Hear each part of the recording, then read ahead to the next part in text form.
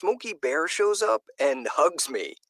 So you noticed some wildfire hazards and moved your bonfire to a safer location.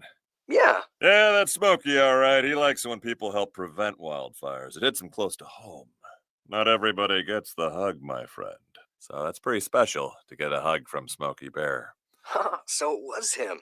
Hey, guys, I told you it was Smokey. Okay, well, congratulations, my friend. And thanks for calling. There are many ways to prevent a wildfire. Learn how you can do your part at SmokeyBear.com. Only you can prevent wildfires.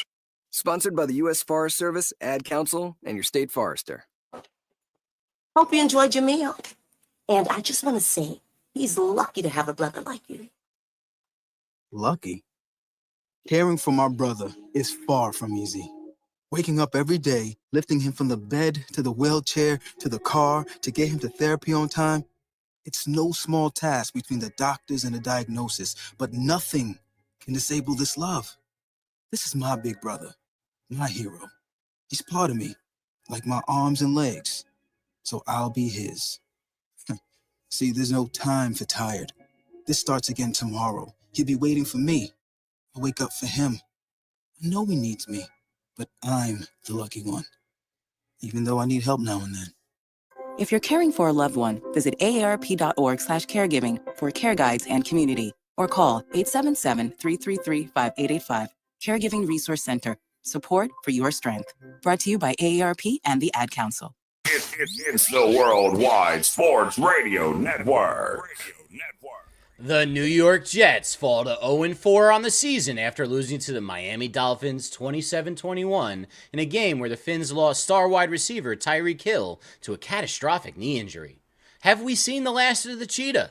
And why are the Jets so undisciplined under a hard-nosed coach like Aaron Glenn?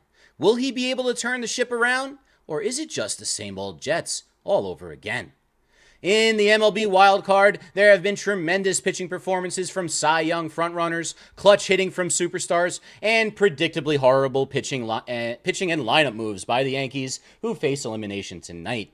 Who will make it out of the wild card? And is this curtains for Aaron Boone in pinstripes if they get swept at home in the 3-game series by the hated and depleted Red Sox? And before we see what Nick Goody has up his sleeve and in his bag of balls, we will crack a six-pack with Speedy and go over some picks for Week 5 of the NFL season on another all gas, no brakes, receipt-taking and prediction-making live Wednesday night episode of Jabba and the Mouth. Give him a significant. They're going to have a ton of money to spend. Why not put it in one of the top 3 offensive players in the league?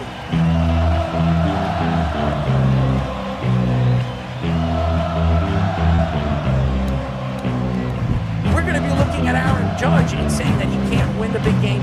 Michael Jordan said, I played 82 games. You don't see LeBron doing that. This is a game where you got to go perform. I told you, Giant fans, that Saquon Barkley, at this point, I'm going to fight him all.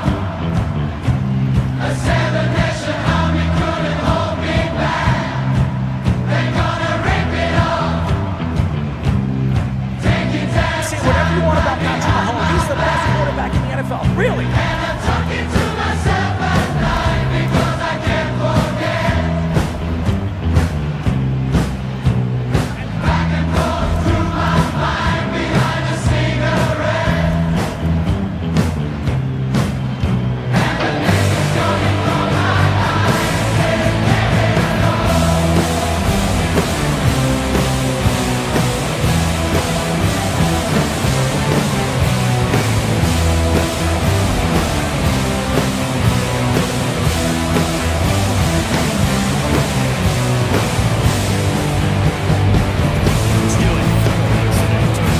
And the Mouth. 631 672 3108. Here's the number to call. You're listening to the one, the only, Jabba and the Mouth. I am the Mouth, the one and only Errol Marks, my co-host, Mr. Flame Thrower himself, Jabba Chamberlain. The speedster himself hanging from his underwears as he always does. Speedy Petey, executive producer, Mr. Aaron Fishman, you just heard him, and the one and only Tommy Poop in the studios, working the sound, and hopefully not doing anything else, watching this horrible Yankee game. Hopefully the Yankees pull it out. Go to our website at www.worldwidesportsradio.com. Check out all our shows throughout the week, including Jabba and the Mouth every single Mondays and Wednesdays at 7:30 p.m. All you have to do to tune in and check out our local listings for all our shows is go to our website at www.worldwidesportsradio.com. And yeah, everybody's wondering probably why I'm wearing a short sleeve shirt. I promised my partner here I would not do this on the show anymore. But we've been dealing with some heat in this studio. And we just got a new air conditioning. It needed to kind of flex itself.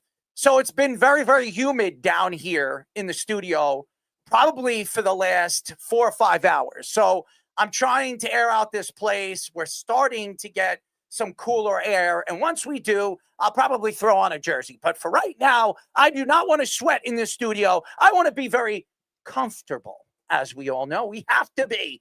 Jabba, are you comfortable in Nebraska right now? Is the cornfields about to crash? Is it not blooming anymore? No, harvest is about over, so everything's kind of ending. Harvest is where you harvest stuff, if you don't know that, because I don't think there's much harvesting going in Long Island. So, but no, yeah, it's just been a day over here. We just signed some papers for a new house, so I got to get all that done. So yeah, we'll be flying by the seat of our pants. Picked up some boxes. Now I'm literally going back and forth with Carter, like, hey, what do you want for your room? Blah blah blah. So other than that, then we got some good baseball. We got 2 game 3s going in the wild card, and we'll touch on that. Man, it's been a day. I literally got half of my dinner right here. So I'll probably be taking bites here and there. So other than that, I'm just hanging out. The only bites I'll be taking is the sandwich Brittany's going to be bringing home from me because she went to Ford's. I don't know if anybody's heard of this restaurant. It's here in Long Island. It's in a couple of places around the country, but it's in Smith Haven Mall, and it's called Ford's. I wanted to go and check out the place. Haven't really had a chance. We've gone everywhere but Ford. Brittany loves to go to different restaurants. Every single restaurant that pops up, a steak restaurant. Do you guys call it sandwiches or grinders or subs or hoagies? She likes it all. I mean, I don't think she No. Don't you call it something like in different spots? No, we call Heroes. it That's another one. Heroes. We call it Heroes. You know what I like? And I'll say this. And Speedy, you know what I'm talking about. Philly cheesesteak. I always say about Jersey Mike's. Did you ever have a chance to eat Jersey Mike's Philly cheesesteak? Did I ever introduce you to that? I've had it before I met you too, and I do like it. I tend to like the Chipotle one at Jersey Mike's. I like Jersey Mike's every time, and it doesn't matter if it's in Florida, here in New York. I've been all over the place. There's a bunch of them all over the country, and I love the Philly cheesesteaks. And everybody says, "Well, it's a replica of Philadelphia cheesesteaks." No, it's not. I've been to Philadelphia. What were you going to say, Jabba? Homer, sorry. Who hit a homer? It's Trevor Story. Oh, he hit a homer again? Oh, my God. Well, he just got a single that gave him a run or 2 runs, and now he's hot. This is making me sick to my stomach. The Yankees are going to lose this game. I've said this already. The Yankees are going to lose this game tonight against a Red Sox team that shouldn't even be in a wild card game, but they got hot really in the second half of the season. But I don't want to get into that. We'll get into that in just a few moments. My thought here right now is trying to figure out where I wanted to go and eat tonight. She winded up going out and eating with a girlfriend. And so she went to Ford's and she asked me what kind of sandwich do I want. She took pictures of the menu. I picked one out and she actually picked it out for me. So I'm excited, but I'm not going to be able to enjoy it where all these gadgets and gizmos are all over this restaurant. So I'm not going to get a chance to enjoy it. Yeah, that's gone. Long gone for the old store star. And look at him wave. You know, this is the problem. This is why I can't stand the Boston Red Sox. Because whenever they do something, whenever their players do something, they mock the Yankee fans. Now, I mock the Yankee fans too. And I'm a Yankee fan. But It's just the arrogance on the way they do it. It really does bother me. Anyways, at 9 o'clock, we will be talking to former Jaguars, Broncos, and Cowboys defensive end Jeremy Mincy. Hopefully he joins us tonight. He was supposed to come on about a week and a half ago. He said he was home today. There's no practice, so he'll be good to go. So hopefully he shows up. I like Jeremy, but obviously there's always a mix-up. And usually when Speedy plans the guest, something goes wrong. So hopefully we get Jeremy Mincy on the show. I'd love to hear his thoughts to the Broncos and the Jaguars, who have been pretty hot. They've played very well. And what he thinks about the Gremlin. Because, you have to bring out your jersey. Yeah, well, I don't know if I need to bring out the jersey. I think he can watch the replay, or I'm sure he's seen these crazy posts up on our social medias. And if we haven't, I'll post it up after the show. Nevertheless, Jeremy Mincy will be joining us. A lot of baseball to get into. Jabba will be on for most of the show. He might be tailing a little bit at the tail end of the show. He's got family coming out. So Jabba will be dealing and being the host when it comes to his family. And then Mr. Poops, as what is it? Your nephew's birthday? Is it something like that? Yeah, it's his nephew's birthday. How old is he? He is turning 3 years old. 3 years old. So, and what's your nephew's name again? His name is Elijah. Elijah. That's right. Elijah. Happy birthday to 3-year-old Elijah. Speedy, I do not want you to sing happy birthday. I don't want you to scare anybody off any earlier. What are like 3-year-olds into these days, I wonder? Trucks. I think they're Likes into Bluey. trucks. You know Bluey? You ever heard of Bluey? Oh, good call. Yeah. Bluey is just a new cartoon. It's Bluey Fish. It's a new cartoon. He also likes his Miss Rachel. She's making her rounds recently on social media. But it looks like I'm sorry. It looks like Boone's taking out Rodon. But go ahead. I'm sorry. What were you saying? Bluey? No, yeah, Bluey and Miss Rachel. She's making her rounds recently. Miss Rachel? Yeah, I don't know if you've heard her. I've heard of her. No. Well, sounds like a sex toy to me. Miss Rachel. I mean, who's ever heard of Miss Rachel? I mean, the first thing. Rachel Ray. Come on, please. Yeah, see, Fish has heard of Miss Rachel. I mean, give me a break. She has been everywhere. She's been very mainstream. I'm sure she has. The last couple of years, honestly. She's been all over the place. She's been to California, New York, Texas, Miami, everywhere. That's like that garbage we talked about a couple weeks ago, 6'7". Oh my, just absolutely just punch me in the face. Fish mentioning that is the first time, all on my feed now. Fish mentioning that the other day is the first time I've heard of it. All I see is 6'7", 6'7", this, 6. It's like a part of the brain rot, as they like to say. How about this? I was wearing a baseballism shirt, and it was the L7 weenie from the Sandlot. Like, obviously very like self-explanatory. But I was in, and it was a bunch of like high schoolers, and literally it just said L7, and it was hot dogs, right? They're like, "Does your shirt say 6'7"?" I was like, you got to be shitting me right now. I was like, "Are you kidding?" Like, and I knew nothing about it until it was brought up, and then I was like, what are we taught? Like, what is going on right now? I thought I was still. I'm not a hot dog fan, so I know me and Speedy have gone back and forth. I've had a lot of barbecue parties. I am not a hot dog fan. The only time I eat a hot dog is when I go to Manhattan and I have one of those dirty dogs. For some reason, the taste in that water gives it this like salty taste that I have to enjoy. Dog. Are you talking to like a street dog or from somewhere? A street dog, yeah. Oh, yeah, okay. that's what I'm talking about. You pick it up. You're at the, I don't know, 34th and 36th or something like that. They're everywhere. But I know that hot dog truck because I'm always there, and I always grab myself a dog or two. I can't have a hot dog with either ketchup or barbecue sauce. I don't like mustard. I'm not a mustard fan. I like honey mustard. And I know people go back and forth about this, but honey mustard is way different than mustard. Will you put honey mustard Did on you just say hot dog with barbecue sauce? Yeah. It's actually kind of good. It's I'm good. not gonna lie. That's pretty good. I've tried I mean, like I've like when it's got in like my barbecue, but I haven't like put barbecue on like as a topping. It's good. I'm telling you, try it. It actually really is good. And it depends because I don't eat a lot of hot dogs, but here it is. Is it a double play? Double play. 1, 2, yeah. He's out of there.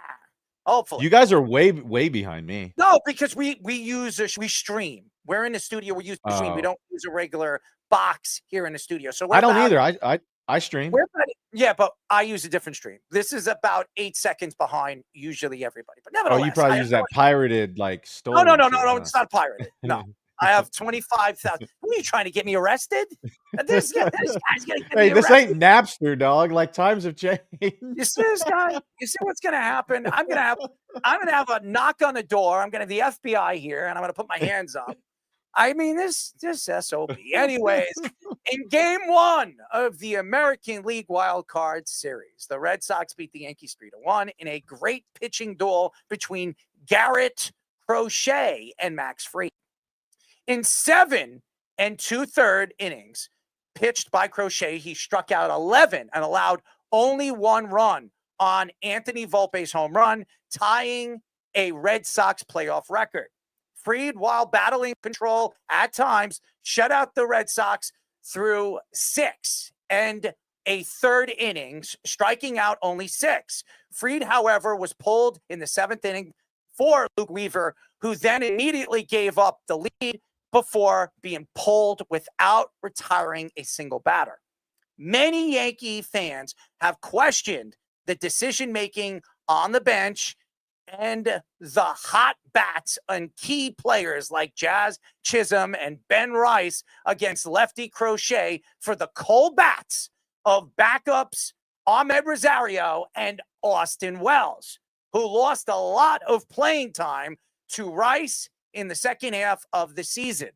The Tigers won game 1 versus the Guardians 2-1, led by likely back-to-back American League Cy Young winner Tarek Skubals. 14 strikeouts, but the Guardians won game 2. By the way, that was a joke. 6-1 after scoring 5 runs in the 8th inning, tying the series. The Cubs won game 1 versus the Padres 3-1 with back-to-back home runs by Suzuki and Kelly in the 5th inning, but were shut out in the game 2, 3-0 to even the series. Manny Machado had a 2-run home run in the 5th after a sacrifice fly in the first game gave the Padres the lead for good. The Dodgers dominated the Reds in game 1 of the Wild Card Series, powered by 2 home runs from both Hernandez and Shohei Ohtani. Ohtani, the likely back-to-back National League MVP, had a .282 batting average with 55 home runs, 102 RBIs, and 20 stolen bases during the regular season. I want to get into the Yankees first. The Yankees game is going on right now. It could be the demise of the New York Yankees, as the Red Sox are young and have nothing really to play for. I'm just being honest. The only thing they have to play for is the next round. If they can get out of this round, it's all money for them because they're ahead of schedule. This team is way ahead of schedule with the injuries that they had at the tail end of the season, and they don't really have any pitching. Besides Crochet, they really don't. They're rebuilding their pitching staff. They're rebuilding, which, by the way, their bullpen has been rebuilt this past year. I mean, adding Chapman and some of the players that they added, this is still a very good, very dominant bullpen. But as far as their rotation, this is not a good rotation. But the Yankees in game number 1 had to do a lot of things right. If they were going to win this game, they had to put points on the board. And they couldn't. They couldn't. Max Fried did exactly what the Yankees paid him to do. And that's go out and pitch shutout after shutout after shutout after shutout innings. He did what he was supposed to do. And everybody wants to blame Aaron Boone. And I'm going to get to the Aaron Boone take because I don't sit here and listen to sports radio shows to try to copycat their thoughts. I'm going to give you mine. I'm going to give you my way of putting it on a silver platter or a gold platter or a platinum platter. Whatever platter you like, I'm going to put it on for all you fans out there. The Yankees right now, going into this series, were the best team in the American League. They were tied for the best record. Only the Blue Jays beat them out because the Blue Jays had that face-to-face record of the the record that the Yankees should have had all season long. But, of course, at the tail end of the season, made a lot of mistakes and went on these skids, which hurt the Yankees. The Yankees, going into the season, were expected to go back to the World Series, and so were the Dodgers.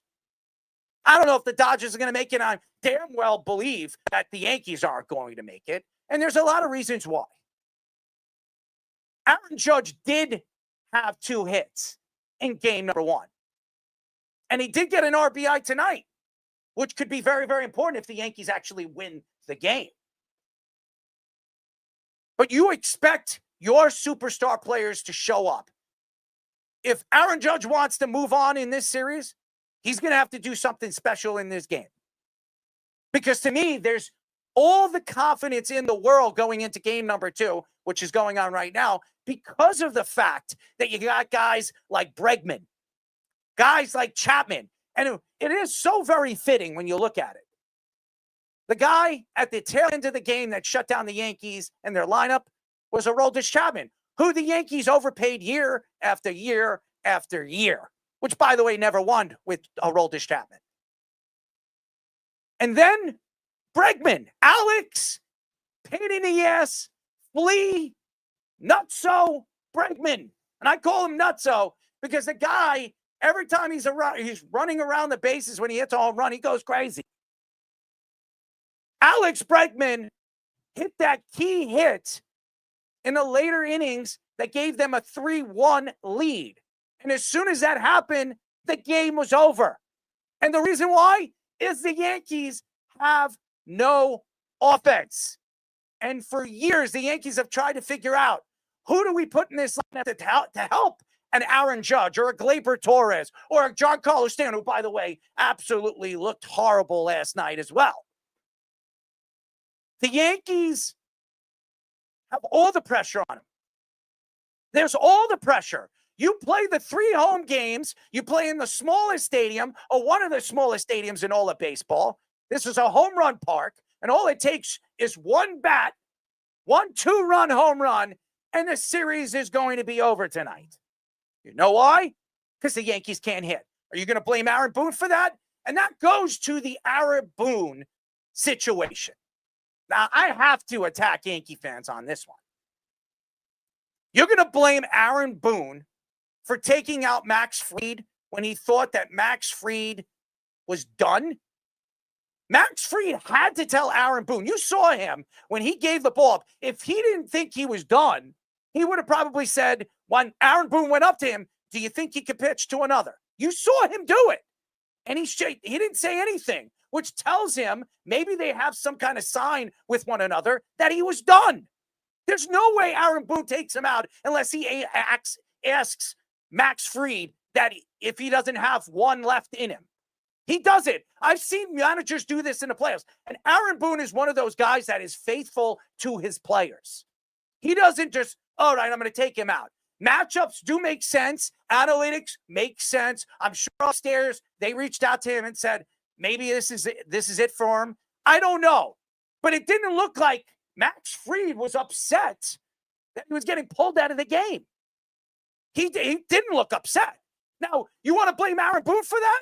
How about blaming the players when they needed to hit and they needed to get up there and get base runners? They couldn't do that against Crochet. Crochet absolutely dominated them after Volpe's hit. I think there was only 3 hits against Crochet, and 2 of them were Volpe.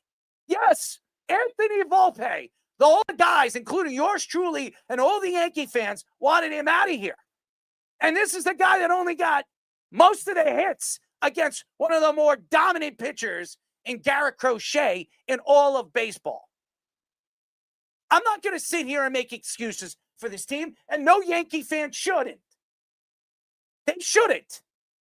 This is not a team that I believe is capable of winning these close games. That's why I said going into tonight's game, the Yankees are going to have to put up at least 3 to 4 runs and make sure that Rodon has the confidence that he can ride that out all the way to the 7th or 8th inning. That's the only way the Yankees have a chance against this gritty Red Sox young team. And Aaron Boone is not the smartest and the perfect manager. I will admit that. But I've always stuck up for Aaron Boone. And I didn't think he was going to last.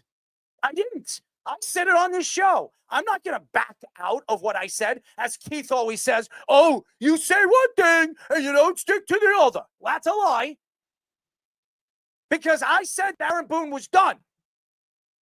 70 games left of the season. I said it was over for the Yankees and Aaron Boone's going to be looking for a new job. I was wrong. Aaron Boone went on this run with the last 50, 55 games of the season where the Yankees were the best team in baseball. You could argue they were. Them, the Guardians were pretty damn good. They were good teams. The Mariners were pretty good. The fact here is, this is a team that should absolutely pulverize this Red Sox team. They're much better than this Boston Red Sox team. But again, year in and year out, since 2009, and Jabba knows all about this, they can't find a guy that can do what Derek Jeter does. They couldn't find a guy that did what Johnny Damon did against the Yankees when the Red Sox played the Yankees. They didn't have, and they don't have those guys. They're not existing on this roster. There is nobody. Giancarlo, here, he hits home runs. Giancarlo is hot or he's cold. I don't know what he is yet. Because we only seen him in one game, and he hasn't hit yet in this series. I mean, he really hasn't. I'm worried because even if the Yankees win tonight, and the Yankees beat the Red Sox, are they better than the Guardians or the Tigers or the Mariners or any of those teams that I just mentioned? The answer would be no. Because to me, this team does not have enough depth. And I don't want to hear Jazz Chisholm, who, by the way, looked horrible when he came into the game. And by the way, for all the fans out there taking shots at Aaron Boone that Jazz Chisholm didn't start, why don't you go and talk to Brian Cashman? Why don't you go and talk to the executives, the analytics? Because that's the only reason why Jazz Chisholm did not start the game. It wasn't Aaron Boone. And I'm tired of people blaming this guy that he is the familiar face, the familiar guy to pick on every single time something happens in a professional New York Yankee game. And I say professional because I watch Trenton and I watch all that garbage too. No, Errol, that's one thing. And I had to jump in when you were saying that because I understand the frustration from a fan's perspective of like, what the hell's Cashman and Boone like, but also too, and we've kind of beat a dead horse when this happens. When it comes to this, it's like, when are we going to stop complaining about those guys that aren't playing?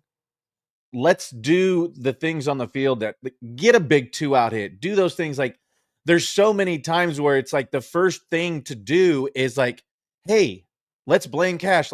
No, like, I get it, fans. It's frustration. Like, I understand. Like, I'm a baseball fan. I was fortunate enough to play it, but I'm a fan longer than I ever will be on the field. You're so right. It's like, when are we going to start saying, like, Judge, you're the best player on the planet, along with Ohtani and a handful of others, because you're playing Major League Baseball. I understand that. But you can't hit 200. And we've said this. This hitting 200 gets you here. Winning a championship, nobody cares what Alex did before 2009. He won a World Series with the New York Yankees. Judge, you got to do something. And I know I'm saying it's easier said than done. But stop freaking blaming everybody else except the dudes that strap it on or in between the lines, standing 60 feet 6, busting a hard night. Like, you got to stop with the Cashman and whatever. Let's get a bunt down. Let's drive a guy over. Yeah, it's not sexy. It doesn't go in the scorebook.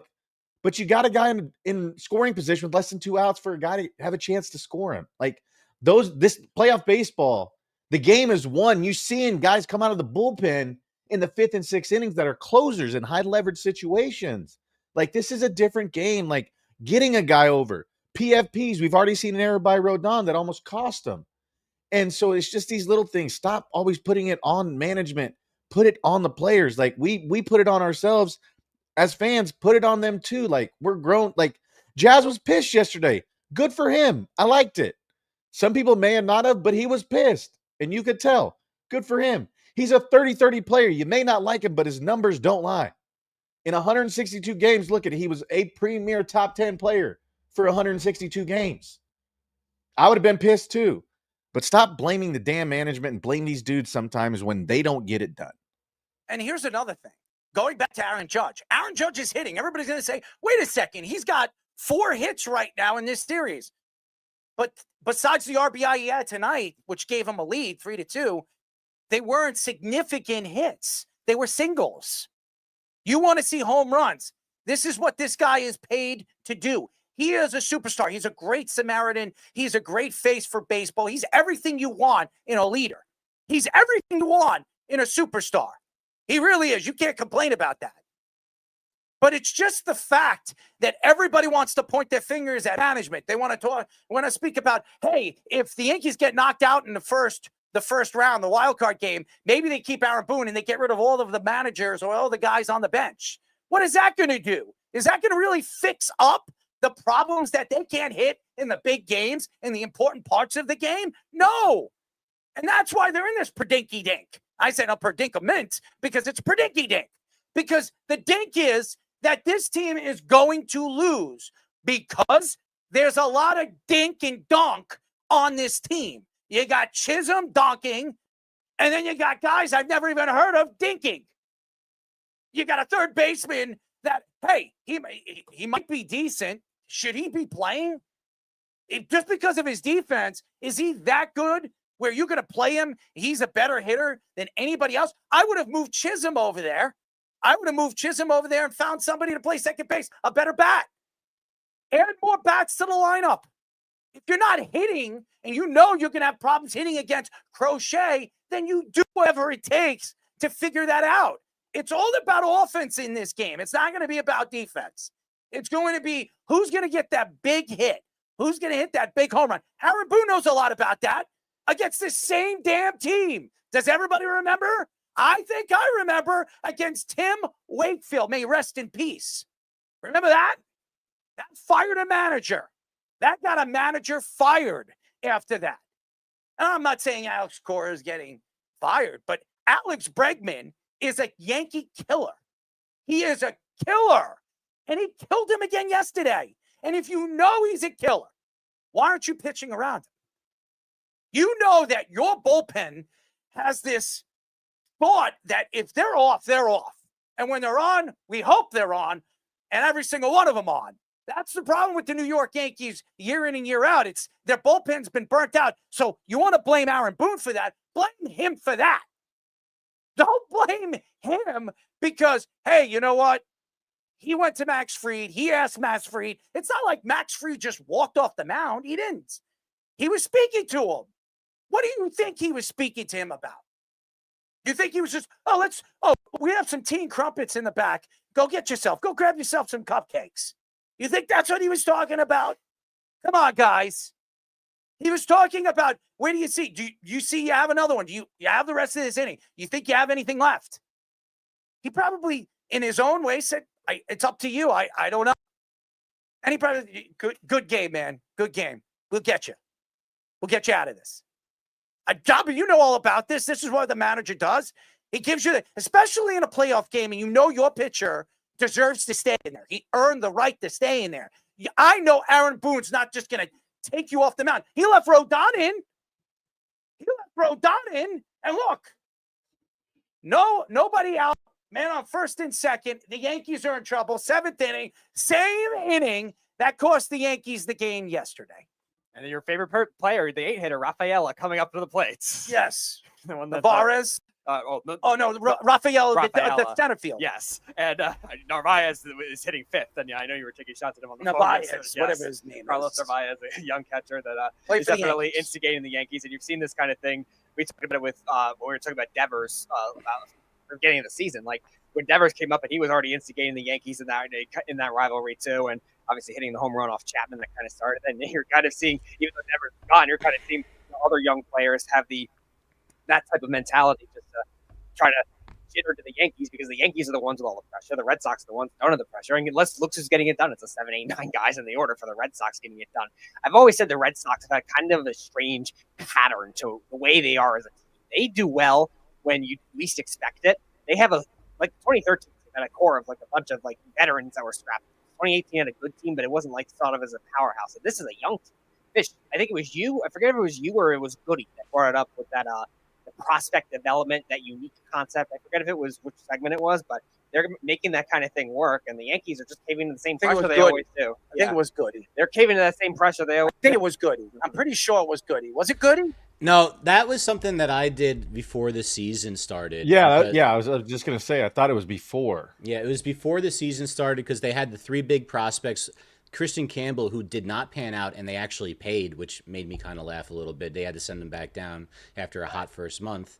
Roman Anthony is freaking for real. Oh, my God. That guy came up and dominated almost from the jump. He's injured, and we're not playing against that guy. He's the best player. Well, but that guy absolutely deserves it. He's going to be one of the best players in baseball in almost no time flat. That guy's incredible, and they don't have him right now. And the Yankees need to win this game. They don't have Giolito either. So they were going to throw another lefty at the Yankees so they could neutralize those lefty bats at Yankee Stadium. They don't have that. So there's so many advantages for the Yankees here with that Red Sox depleted lineup. And here's the problem with Aaron Boone. I'm going to take shots at Aaron Boone. I don't completely blame Aaron Boone. I do blame guys like Volpe for having some of the worst at-bats in key situations like he just did last inning. How come... And then Max Fried, after the game, Errol, he did say that he could have kept going. But that's how it is. That's just how baseball is. That's how the Yankees are. They're conditioned not to argue about it because that's how it is. I'm not saying that he shouldn't have argued. I think he should have. But he had just gotten the first guy out in the 7th, and the 8 and 9 hitters were coming up. What do you mean that you need to take out your ace when he's pitching like that? He could have gotten those 2 guys out in a handful of pitches, and it would have still been under 110. I don't think that was a smart move. And I think most Yankee fans think that was a really bad managerial move. You should have left him in for the bad hitters in the lineup. What's the worst that could have happened? The same thing that happened when they brought in Luke Weaver, who's been bad for over a month and a half. Why would you go to that guy? That's not the guy to go to. It's like when he was going to Devin Williams when he was terrible earlier this season. It's the same shit. I don't understand why you do that. You know, the Yankees bullpen really struggled where I saw a tweet yesterday. It's weird to think Devin Williams was the only one that actually produced out of the Yankees bullpen yesterday. Well, I mean, look, go with the hot hand. There's plenty of evidence saying that something's up with Luke Weaver. He's not pitching well. His velo was down too. I think he's playing hurt. And of course, he's not going to argue out of it when they're in the postseason. But don't put him in when it's a tight spot. That's crazy. And he did it. And now we're in a tight spot again. It's 3-3 in the 7th. They got a couple of guys on. They bring in Cruz. I like Cruz a lot. But they left Rodon in after he got out of the 6th inning with that great double play to start the next inning, and he let the first 2 guys on and threw wild pitches because he's done. How do you not know to take him out before the start of the inning? To me, these are kind of fireable offenses as a manager. If they lose... Listen, without all that, if they lose both of these games when they were winning at home and get swept by the Red Sox, I think they have to fire him. Someone's got to be a scapegoat. No. It's not going to be Cashman. No. First of all, nobody needs to be a scapegoat. Right now, this is a team that was fighting all year on who was going to be in the bullpen, who was going to be the closer, who was going to be the 8th or 9th inning guy. You made a move for Devin Williams. It failed. You decided to go with Devin Williams. And Devin Williams was one of the best closers baseball's ever seen. What happened? What are you banging for? Somebody bang? Did he get a hit? That was Ricky Martin. She bangs. That was a good song back in the day. Somebody getting broke in over there? I don't know. I thought somebody hit the... That was me. I accidentally hit the table. All right. I was getting worried there because we're a little black. Hurt my hand. I was trying to play it tough, Errol. What are you trying to do here, man? What are you trying to make me have a heart attack or something? Ooh. Oh. What happened? Wow. Almost a great play. Run? No. Now they're loaded with 2 outs. Jazz made a diving play, just couldn't get enough on the throw. I think he was safe either way. He was probably safe either way, but it's still, that's a run. If he But he saved a run. That's a run. So look, that's the other thing. Like, I understand Cashman's got the analytics. Jazz Chisholm's your starter. He's a top 5 second baseman in Major League Baseball. It's a weak position, but he's a top 5 second baseman in Major League Baseball. There's no doubt. You got to play that guy. I don't care if Ahmad Rosario was great against. I disagree. 6 for 9. I'm looking at both players, and again, they're looking at the defensive side of the ball. They wanted to make sure that they probably knew that this game was going to be close. This game was going to be close. Did somebody get a hit? You guys are itching, and what happened? No, it's Story up with the bases loaded. All right, Yeah. That's not the guy. That's not the guy I want to see with the bases loaded. No. Not right now. No, he's freaking hot. He's had a really good year for him. But I understand why people are upset about obviously Aaron Boone and the mistakes that he's made year in and year out. It's still, you have to look at him and some of the things that he has accomplished. This is the same manager that managed his team to the World Series last year. They played a better Dodger team. Now, and I want to say something. I thought he was done this year, but to get this team to rally behind him the way he did and get him into the playoffs and almost have the best record in the American League. Dude, they were 6 games out of first place going into the month of September. Everybody said they were done. There was no way they were coming back. And they were down to the final game of the season. And if the Rays just didn't throw the season away, maybe the Yankees aren't playing in this wild card game. I'm just saying. Well, you're not wrong, but also you got to know that the last 50 games of the season, the Yankees had the easiest schedule in all of Major League Baseball, and they talked about it a lot at the time that the Yankees were going to have a really good stretch run because of that. They took care of business. There's nothing that you could say negative about it. But now we're in these tight spots. The reason why the Yankees weren't the AL East champions is because they blew games like this all the year, mid-season, that they should have had 4 or 5 more wins. But these dumbass moves by Boone with the pitching staff and some of the lineup decisions that are more than questionable. I mean, Errol, just think about it. If you're think about when you're playing hockey. If the coach was like, you know what, against this team, I'm benching my 5th best player, and I'm going to put this other guy in that you have to be on the line with. Are you going to be happy about that they put like some platoon guy in to be on your line because of a matchup instead of a stud who's been with you all season? And again, I'm not going to say he's the Let's best go. player. I'm not going to say he's the best manager in the world. I'm just telling you that I think that Aaron Boone is a quality manager. And if he gets fired this offseason or next offseason, there are going to be 10 teams lining up for him, including the New York Mets. Oh, yeah. Because if Mendoza doesn't cut it next year and Aaron Boone gets waived off, who do you think the Mets are going to hire if he becomes available? You know damn well where they're going. And it's not even going to be an argument. They get rid of Mendoza mid-season. This is the problem with New York fans. They did the same thing to Eli, pushing him out. They did it for many, many years to Tom Coughlin. They pushed him out. It doesn't work. It doesn't work. Do you guys get this? Do you understand this? First off, that's different. No, I don't think people were pushing Tom Coughlin or Eli out. Fairy dust on something, and it's going to rise like Judge, okay? What do they call it? All rise? All rise. It's not going to rise, except maybe something in Speedy's Well, pants. that's Passover. That's later on in the year. Right now we have Yom Kippur, so good Yontif to everyone that's celebrating. Yes. All Yes, right, you good absolutely. Yontif. Yes.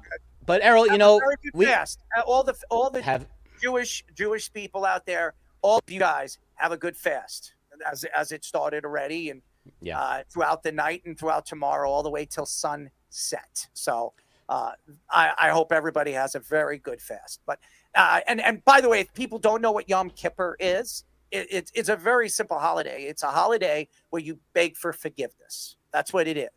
And that's what Yom Kippur is you're fasting because all the Jewish people, all the slaves out there that were slaves in the old, in the Moses time and all that other stuff, they were slaves. People go.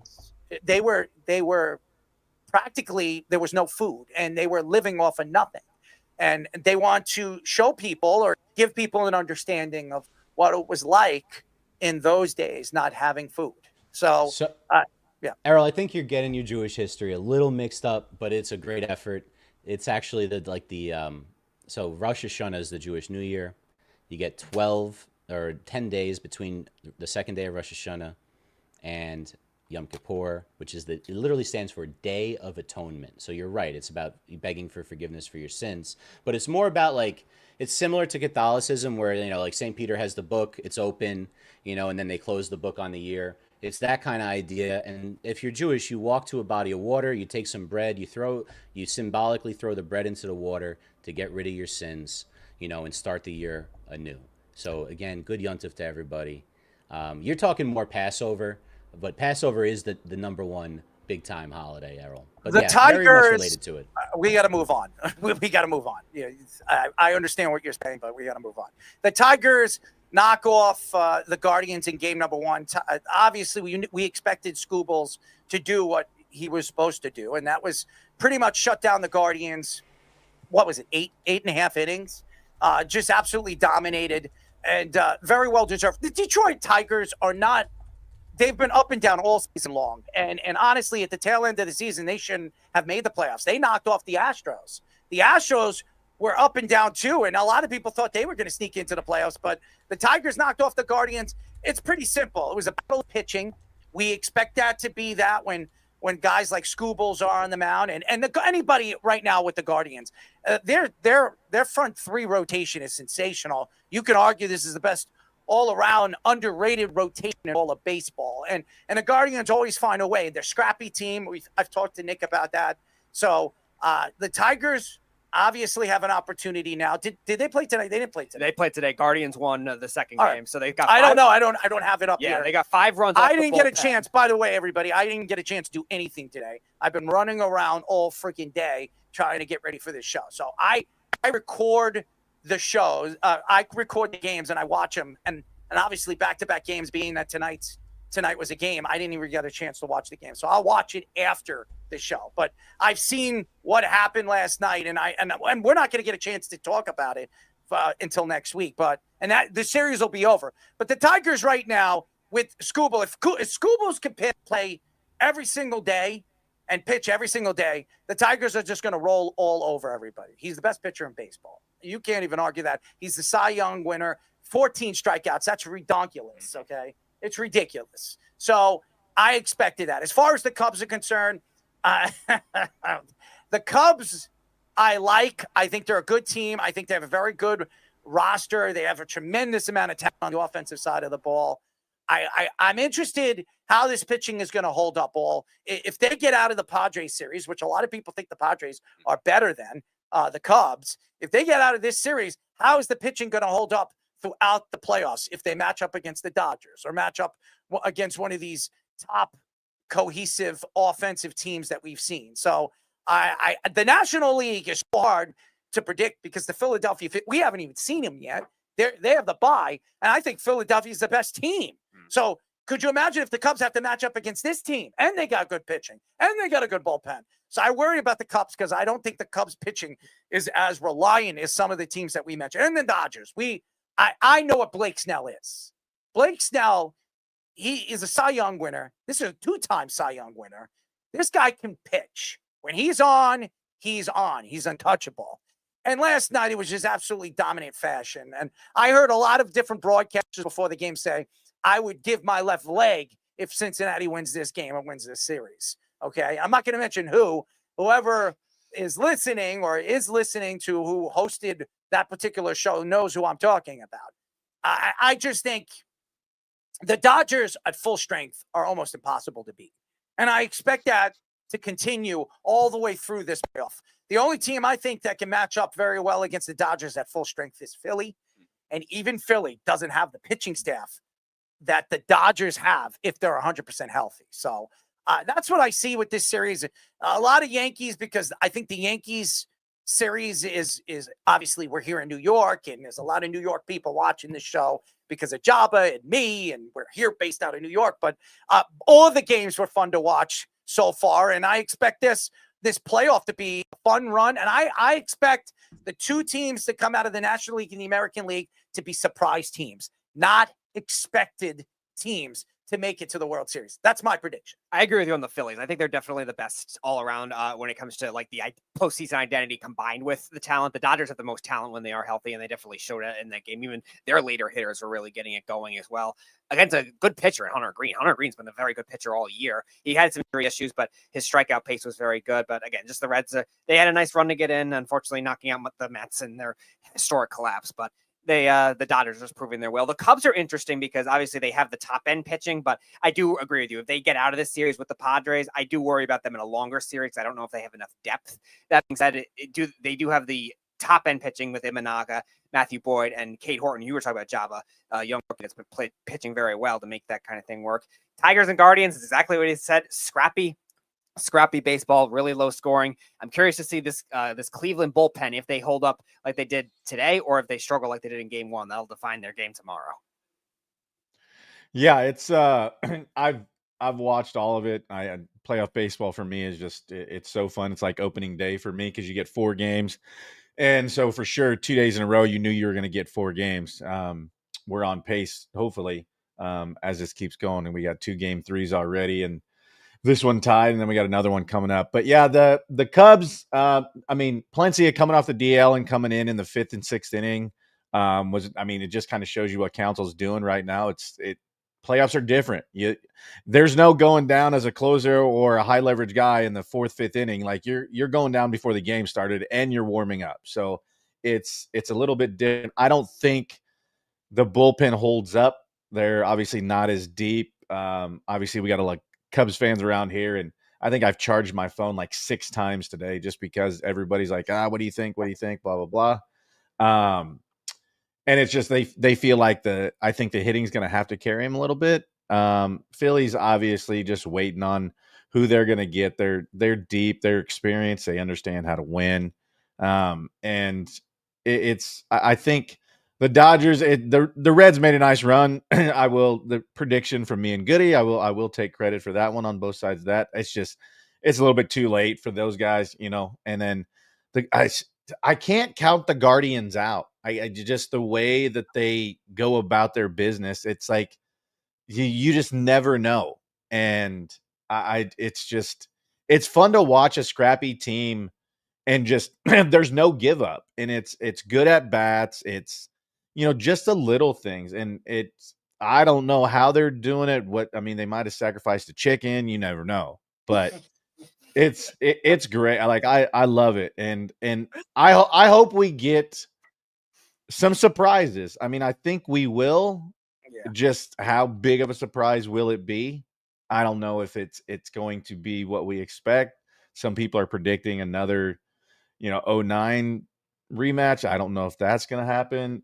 But yeah, if they lose tonight. I had the Phillies and the Mariners at the start. I know a lot of people were saying Phillies, Yankees as well, or Dodgers going back as well. Ohtani went deep on the fastest pitch over 100, fastest stat. It was 114.9. There's nothing he can't do. It's going to be interesting to see how they use him moving forward as far as on the bump. 117, my bad. And that's why, ladies and gentlemen, why I say your best player has to show up in the big points of a game. And with 1 out, man on second, and you have a chance to knock him in, you struck out in Aaron Judge. That's all I'm saying, ladies and gentlemen. Speaking of saying, in Monday Night Football, what, you were going to say something? What? Yeah, I popped out 3 outs. Sorry. Oh, I thought. Mind you, I'm not apologizing. I'm watching the damn game and doing the show. I got it. So am I. In a Monday Night Football battle between 2 winless teams, of course, Fish said that. The Dolphins beat the Jets 27-21. Get the win in the win column for the first time in 2025. The Dolphins won despite the catastrophic injury to 5-time All-Pro receiver Tyreek Hill, whose leg turned completely the wrong way due to a dislocated knee. Hill had successful surgery today to fix the knee with the multiple torn ligaments, including the ACL. He will miss the rest of the season, but says he will be back next season. Hill is owed $36 million in the last year of his contract next season. Jets quarterback Justin Fields returned with an injury and had 226 passing yards, 81 rushing yards, 2 total touchdowns in the loss.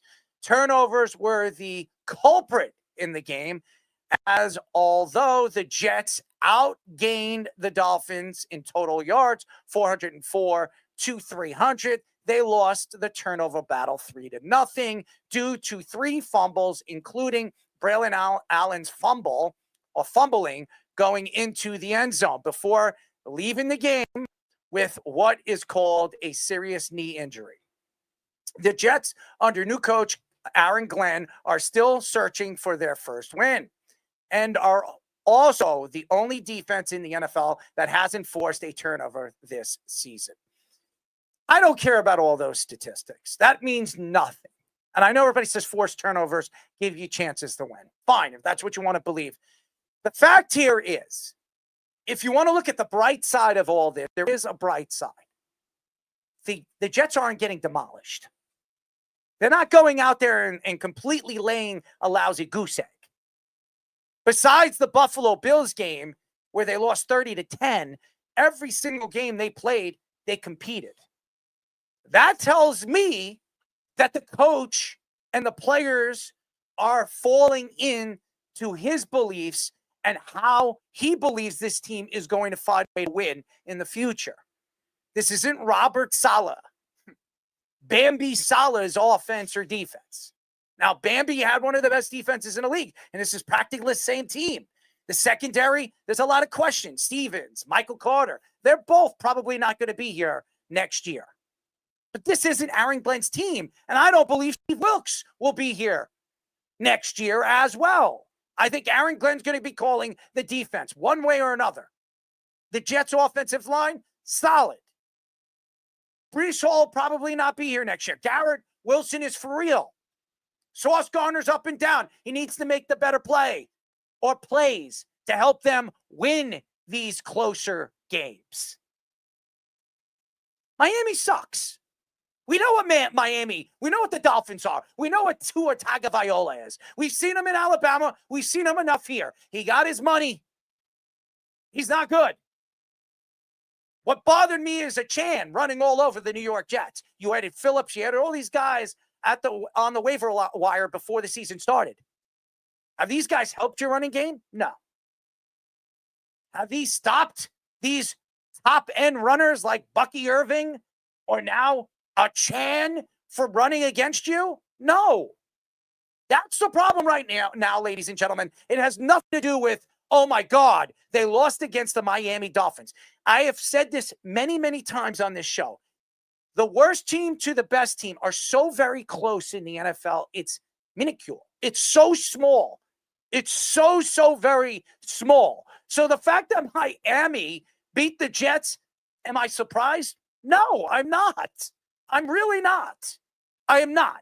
As much as you guys shouldn't be surprised about Daniel Jones and how great he's been this year. Those are the facts. The Jets are not a good team. They're a young team. One of the youngest in the league. They're going to make mistakes. Justin Fields obviously is not the guy in the future. He's not. Braylon Allen is not the guy anymore after tearing his knee. As a matter of fact, he'll probably be a bona fide backup now. Breece Hall will not be re-signed at the end of this season because he's going to ask for a significant amount of money. He will break 1,000 yards this year. You can book it now that Braylon Allen is out for the season. Book it, seal it, whatever you have in the fantasy league, bet on it when it comes to Vegas. I am absolutely right about that if he's healthy. Dolphins are not good. The Dolphins stink. They're going to win maybe 5 games just as much as the Jets will win 4 now.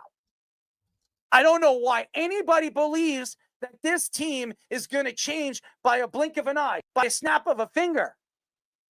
It's not going to happen that way, guys. And you can listen to guys out there on social media that have their own Jet shows, and you know who I'm speaking about. I'm not going to throw anybody under the bus, and you guys who are listening know who I'm speaking about, all you Jet fans. And I am a Jet fan. I'm not going to listen to the rubbish that is out there on social media, the garbage that I read, because everybody knows what's going on in the locker room when you don't know crap. You don't know nothing because you sit there and you listen to Aaron Glenn prance around on, talking to the media and speaking to everybody outside off the practice field. You don't know what's going on. You don't know what the players are thinking. I'll tell you what's going on, and I don't even have to be there. You want to know what's going on? Here's what's going on, Jet fans.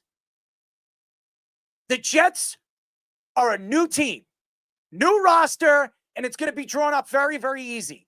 A lot of these guys are not going to be a part of the future of this organization by the end of this year.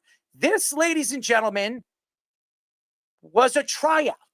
This season is a tryout for Quentin Williams, Quincy Williams, and all the veterans on this roster that thought they were going to make this roster next year. Simpson, who's going to be a free agent. All of them. All you Jet fans, Tippmann, all these guys. Elijah Veritaka, gone. Breece Hall, gone. Jermaine Johnson, gone. You want me to keep naming them? I'll name them over and over and over again.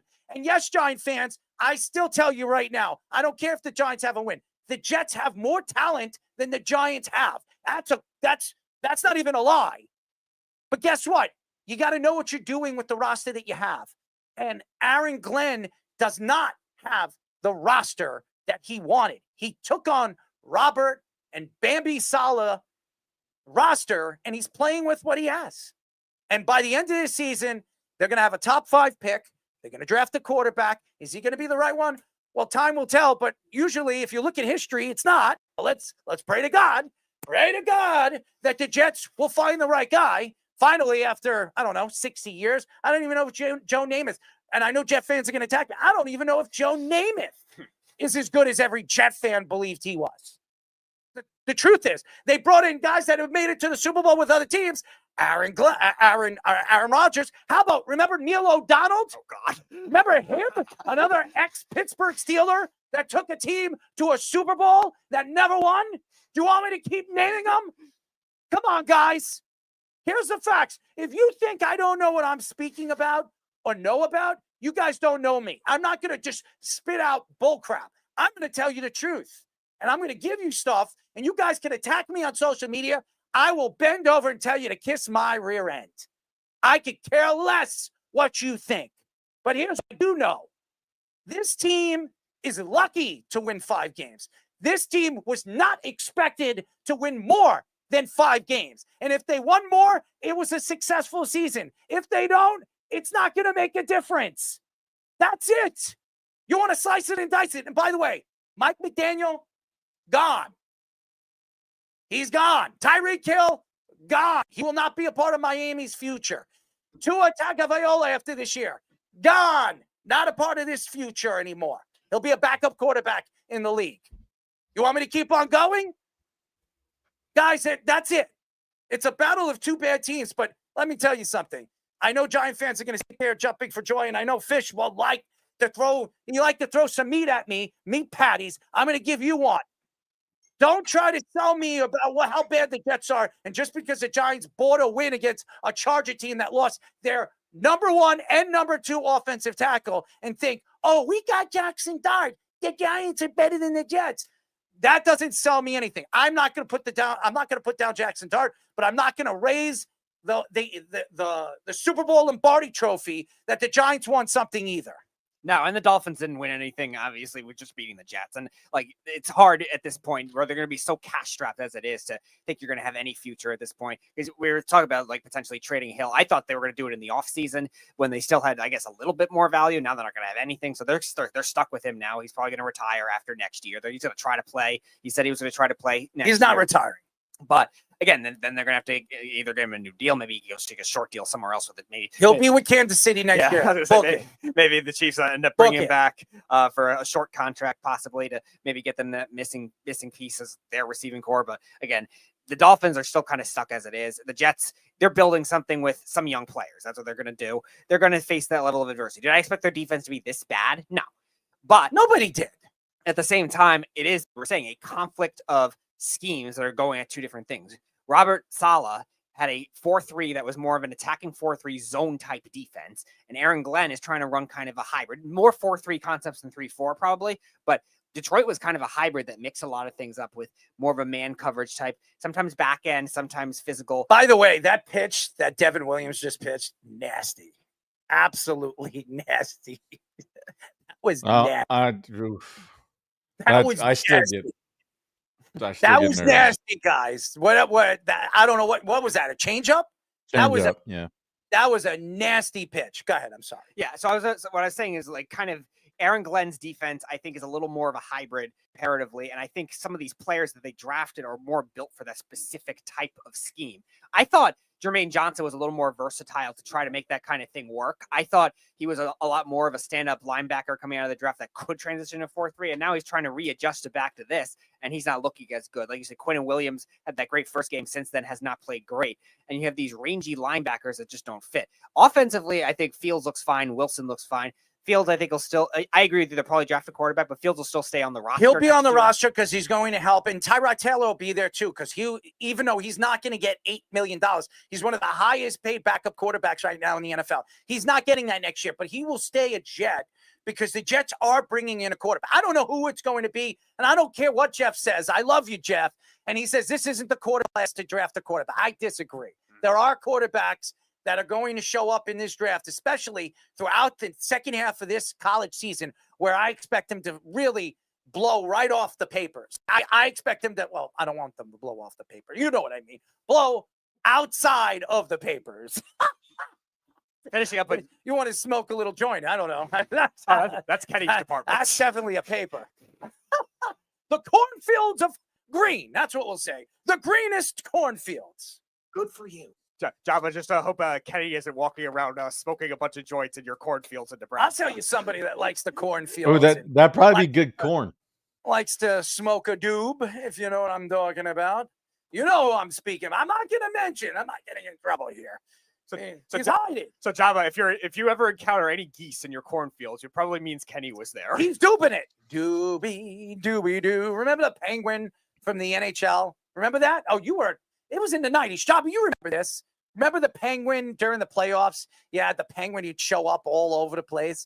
Doobie, doobie doo. He would be on the... Yeah. What? I forget what beer it was. It was something. Fans out there. It wasn't Labatt. It was Was it ice? Was it? Yeah, it was something that I think it was it Ice House. It was something. It was something with a Canadian beer. Molson? Was it Molson Ice? I'm not sure. That's why I was like, only two I know that are Canadian, Molson and no, I don't think this ice. I don't think this beer is around anymore. I'm not sure. But if any of the fans have a chance to look that up, I'm going to tell you this, and I know Joppa has to give his spiel of what he thinks about this Jet team. It's pretty simple. This is a team that needs to figure out their identity. I think Aaron Glenn's trying to put it together, and it took the Lions about 2 years to figure that out. Yep. I expect it's going to take him 2 years to figure this out. I think Aaron Glenn is the right guy. I think he's the perfect fit for this team and where this team could go in the future if they plan to win a Super Bowl. Before you go, John, I just want to mention one more thing. You mentioned Tyrod Taylor. Tyrod Taylor is also a good mentor for young quarterback too. Baker Mayfield, he was the backup for in Cleveland his first year, and Justin Herbert was the backup with the Chargers. Yeah, no, we kind of touched on this a few weeks ago when you've seen teams and talking about the Jets that when they used to just give up. I think when we said Aaron Glenn was the right dude, and I think that all started with the commitment, not only being a Jet, but obviously wanting to win, build the Jets' legacy, and the respect that he earned from his teammates, that they wanted to be there to support him in week one. And just be there, and not only for him as a teammate, but as a coach, seeing and put them in the right direction, and to see that they've actually they don't roll over like we've seen before. And I think you're right with the 2 or 3 years when you finally get everything set and fully bought in. But he for what he is and the energy and that he's brought, that I feel like sometimes was lacking. And I think he's the right guy. And it's it's hard to be a Jets fan, as I've come to learn. Obviously, I'm not a Jets fan, so but I was see about the to say, pain on you're a Jets fan? your guys' faces. But Well, thank where you. you just I appreciate it. I guess I'm a third party Jets fan because Ladies I and want to gentlemen, he's here to please. Jabba Champ. Yeah, because I kind of want to see you pissed off, but I kind of don't want you to be pissed off. So it's kind of a love-hate, I Go Bucks. guess. But they Go Bucks. they're definitely not giving up, that's for sure. So I think it's a right direction. And when you talk about an idea of a team, you kind of got to play it out to see what it truly is. And I think they're just getting, their foot in the door of kind of who fits with what, as far as a vocal leader, just a leader in the clubhouse, locker room, whatever you want to call it. And, guys that can take some initiative in that way. So they've got the pieces to do it from the top as far as the coaching staff.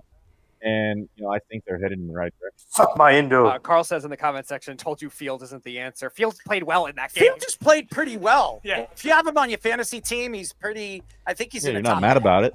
He's a good fantasy quarterback. We all know he's a good fantasy quarterback. He's not a bad quarterback. You make him. He's kind of not a good quarterback. I'm not going to say he's a bad quarterback. And what makes but he's Jackson certainly Dart not so great after his first game? Nothing. How are you kind of not a good quarterback? Here's the thing. Like, how is Jackson Dart better than Justin Fields? I never said he was better than Justin Fields. I said he played one game. You said he played well. What made Jackson Dart play at least better than a guy like Justin Fields? You said he's kind of not a good quarterback. Well, I could say the same thing about Jackson Dart. And I would agree with you. I would say the same thing about Jackson Dart. He has potential to be a great quarterback. I don't know if Justin Fields does. Justin Fields might be who he is. He might just be a guy who's a one read and go type of guy, and he's really good at creating with the run. He's a super athlete. That's good enough. Like, Jalen Hurts is better at reading, not significantly better at reading, but he's always been called a one read guy, and that's why people were always against him becoming. You know what I mean? Like, when he was in Alabama, the offense was so simplified. I was worried about him in Alabama too, but once he got at Oklahoma, I knew he'd be good. I didn't think this good, but I thought he'd be better. Right. It's just like how the game is. It's the type of defenses that you play. If you have a defense that can contain the run on Fields, and you can with like the front four, so you don't have to blitz people, you just spy one linebacker or something similar to that kind of a scheme, and drop guys into coverage, he's going to really struggle. And teams can solve Fields. The problem isn't Fields, though. The problem was the entire team not paying attention to details. And I attribute that to the head coach in his first year as a coach, not, who's a defensive guy. It's different when you're a head coach. You're the one that has to get them to pay attention to details. Bad teams have lots of penalties. Bad teams fumble the ball. That's the problem right now with the Jets. It's not Justin Fields. He's fine. He's not great. He's not terrible. The problem is they make lots of mistakes that good teams don't make. And look, we remember Dan Campbell in his first year. People said the same thing about him. They lost almost every game right away. Aaron Glenn was on that staff. You're having those similar growing pains with Glenn. I think Glenn will come around because he's getting them to, like you said, they're playing for him. They're not winning, but they're playing for him. He just isn't good enough currently at the details of the game as a head coach to get them to be banging on all three phases on all cylinders. They're just not there yet, and he's not there yet as a head coach. It's going to take all season. I believe in him. I know you believe in him, and I think you should. I wasn't being so negative in the read that you did on the Jets. I just be realistic. They haven't won. They're not going to be a playoff team. 0-4 teams never make the playoffs. Who said they were going to be a playoff? No, I'm just saying, like, the expectations for them, it's 6 wins is the best you can do. It's probably going to be less than that. They're not winning 6. That's what I'm saying. It's probably going to be less than that. So this is a team that's going to have a top 10 pick next year as well. After losing that game, they're winning. As of right now, the way I look at the way the games are set up, they win 4 games at best. They're not winning. And I think Aaron Glenn knows that. Aaron Glenn didn't go into the season. On a good season, they win 8 games. On a bad season, they win 3 to 5. That's where the Jets are at right now. But this is a good roster. They have a lot of talented players on this roster that might fit this rotation of players that they could have in 2 or 3 years. But more than likely, they're not. And I'm telling you right now, Wilkes will not be the defensive coordinator for the New York Jets next year. You could book that, ladies and gentlemen. Whatever you want me to do. You want me to send you out? Do you think they'll have a lot of turnover or no? A lot of players. Because right now, Breece Hall's not coming back. Jermaine Johnson's not getting re-signed. I could say Elijah Vera-Tucker, unless he takes less, he's not coming back. Justin Fields will be back. Tyrod Taylor might take in a small extension to come back. But a lot of these players the Jets could get down. What happened? Yes. Run. Go, Jazz. Go. Get home. Dang. Yes. Jazz, don't hate on Jazz, my man. Jazz, oh my goodness. Play it. Plate. Jism on all over them to take a 4-3 lead, baby. Jism on ice, ladies and gentlemen. You see, this is Yankee fans. This is what the Yankee fans are doing. Let's go. They're screaming for a nice little single and running around the place for this little skinny little snake bite of a man running around the bases. I call him snake bite because you just say he's a snake bite of a man. Tommy, clip that please before for us. That's fantastic. All right, ladies and gentlemen, save your tears. Mom, what's one thing that you can't talk to me about? My sexual fantasy. Say you're sorry. It's not ideal, but if it's what me, it is not ideal, but if it's not ideal, but if it is what me. You can't triple stamp a double stamp. You can't triple stamp a double stamp, Lloyd. You can't triple stamp a double stamp. Lloyd, you guys, enough. It's time for Save Your Tears. I love Lisa Ann. All right, everybody, welcome back to Save Your Tears. This is everybody's favorite tier-based daily fantasy contest. Everyone will make their own team. You have a $15 salary cap. We're using Yahoo Daily Fantasy, Weekly Fantasy Scoring, PPR. Winner gets long-winded, 51% genuine compliments next show from all the losers. Those are the stakes. Let's take a look at the board today for Save Your Tears. So we're going to go with, we got Jalen Hurts is going to be the quarterback, $5 this week, followed by Dak Prescott at 4, Bo Nix at 3, Baker Mayfield at 2, and Justin Fields. Oh, you know what? I wasn't supposed to put Justin Fields because he's playing. Oh no, never mind. I'm losing my mind. Justin Fields for $1. I'm putting Justin Fields for $1 to bait people this week. I want to see who goes with it. That's the move. Running back is stacked this week, gentlemen. We're putting, of course, the GOAT of the Eagles, Saquon Barkley, up there at $5. It's pretty even across the board. I couldn't even fit the 6 guys because I had to leave J.K. Dobbins off the list, who might even be worth being the $4 guy.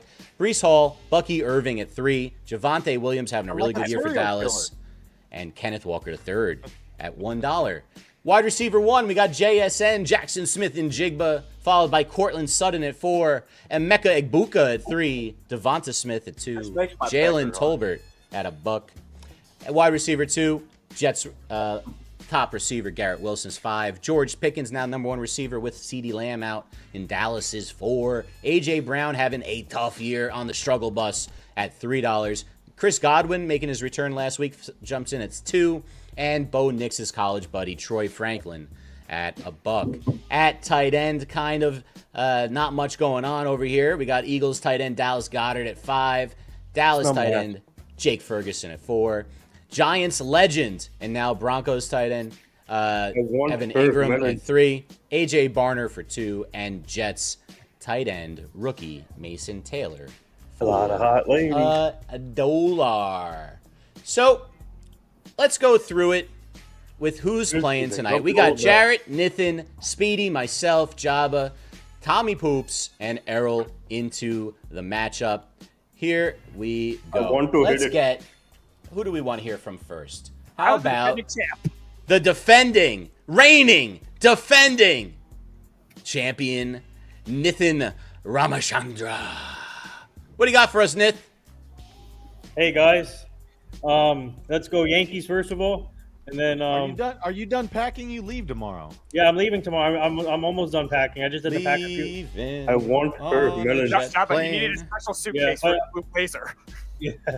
I'm not bringing the Blue Blazer, but all right. But I got I'm gonna go with Baker Mayfield. I'm gonna go with Baker Mayfield. I'm gonna go with blow pop.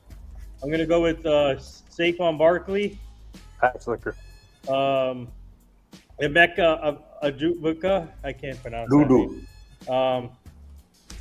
I'm gonna do Egbuka. Yeah, Ibuka. I'm gonna do Chris Godwin. Come up my ass. And then I'm gonna do Jake Ferguson. Jabba likes my shrimp cocktail. Is that math right, Speedy? Or is that over? Who was the second running? Who was your running He's back? got Baker Mayfield, Saquon Barkley, Emeka Ibuka, and Chris Godwin before. It's one tight over. ends. Oh, he's one over. You're one over. Can't go Ferguson. Okay, I'll do Mason Taylor. All sucker. All right. Mason Taylor. All right, so you, like I said, you got Baker, Saquon, Egbuka, Godwin, and Mason Taylor. Let's move on to our intern, Jarrett.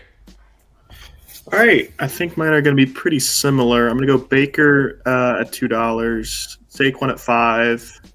I'm going to go with Cortland Sutton and A.J. Brown as my receivers, and I'm also going to go with Mason Taylor as my tight end.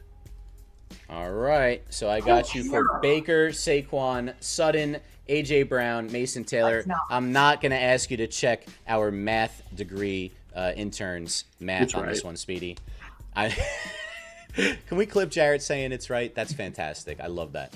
All right, let's move on to Tommy Poops. All right, I'm going the $3 Bo Nix. Keeping it with $3. I'm going with Bucky Irving. And I should be able to grab... Yeah, I can grab Sutton and Pickens, I believe, right? So I only have $1 left. Bo Nix. You said Bucky Irving. Bo Nix, Bucky Irving, Sutton. That's right. That's right. $1 So left, Mason right? Taylor. Mason Taylor, then. That's what we're going with. Look at this. We got 3 Mason Taylor picks so far. All right, it is up to me now. Next, I literally haven't thought about it too much at all. I am probably going to go with Jalen Hurts for $5. And then I'm going to go with Javonte Williams for $2 at running back. Cortland Sutton. I agree with the consensus on him. So that gives me 4 left.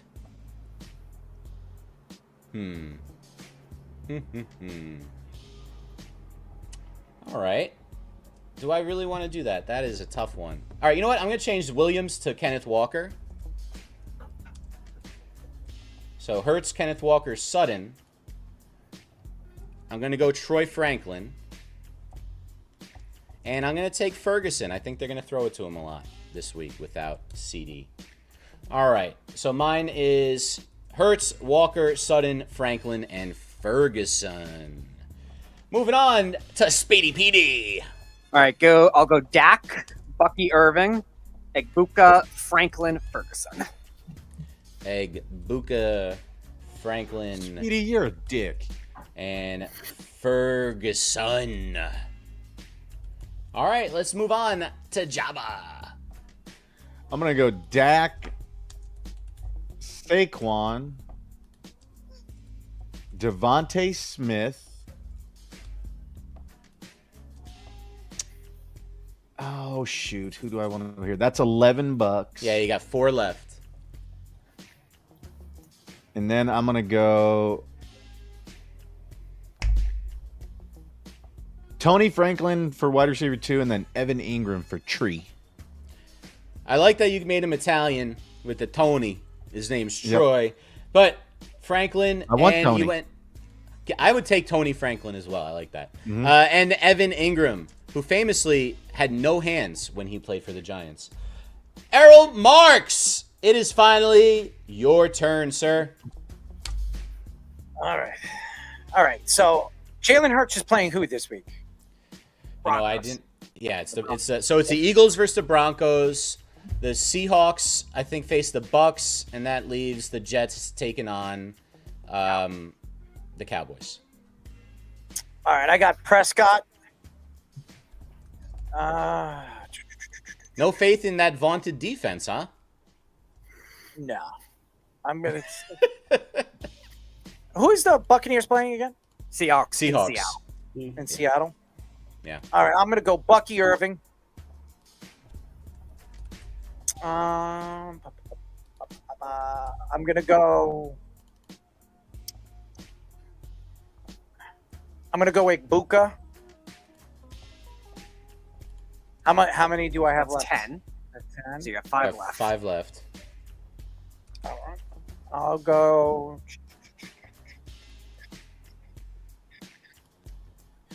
I will go. I'm just trying to figure this out. Oh, wait a second. Who they're playing? The Eagles are playing the Broncos. Don't think too hard, Errol. You get lost over there, buddy. I know. I'm just trying to figure out what's the best way of going here. I'm going to go.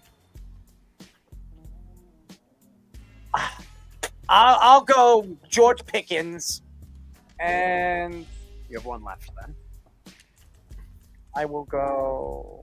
How much do I have left? 1 left. 1 left. So Mason I'll Taylor. go Mason Taylor.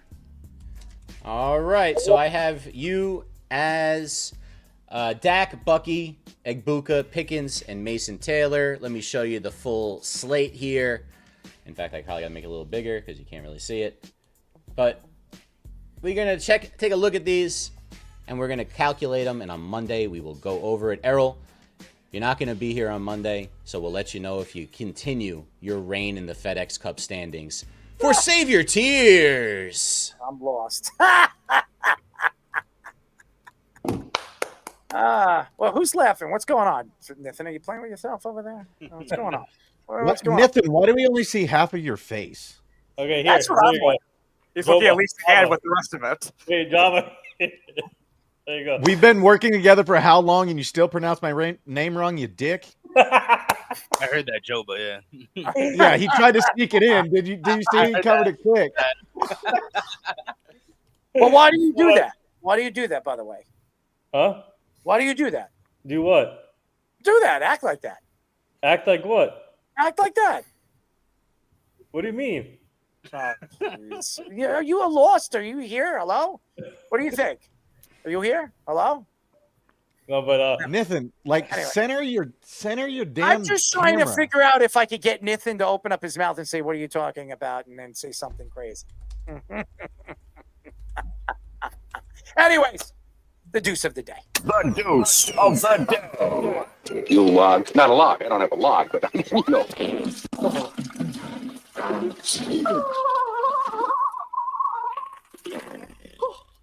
My deuce of the day goes to the one and only Cleveland Browns.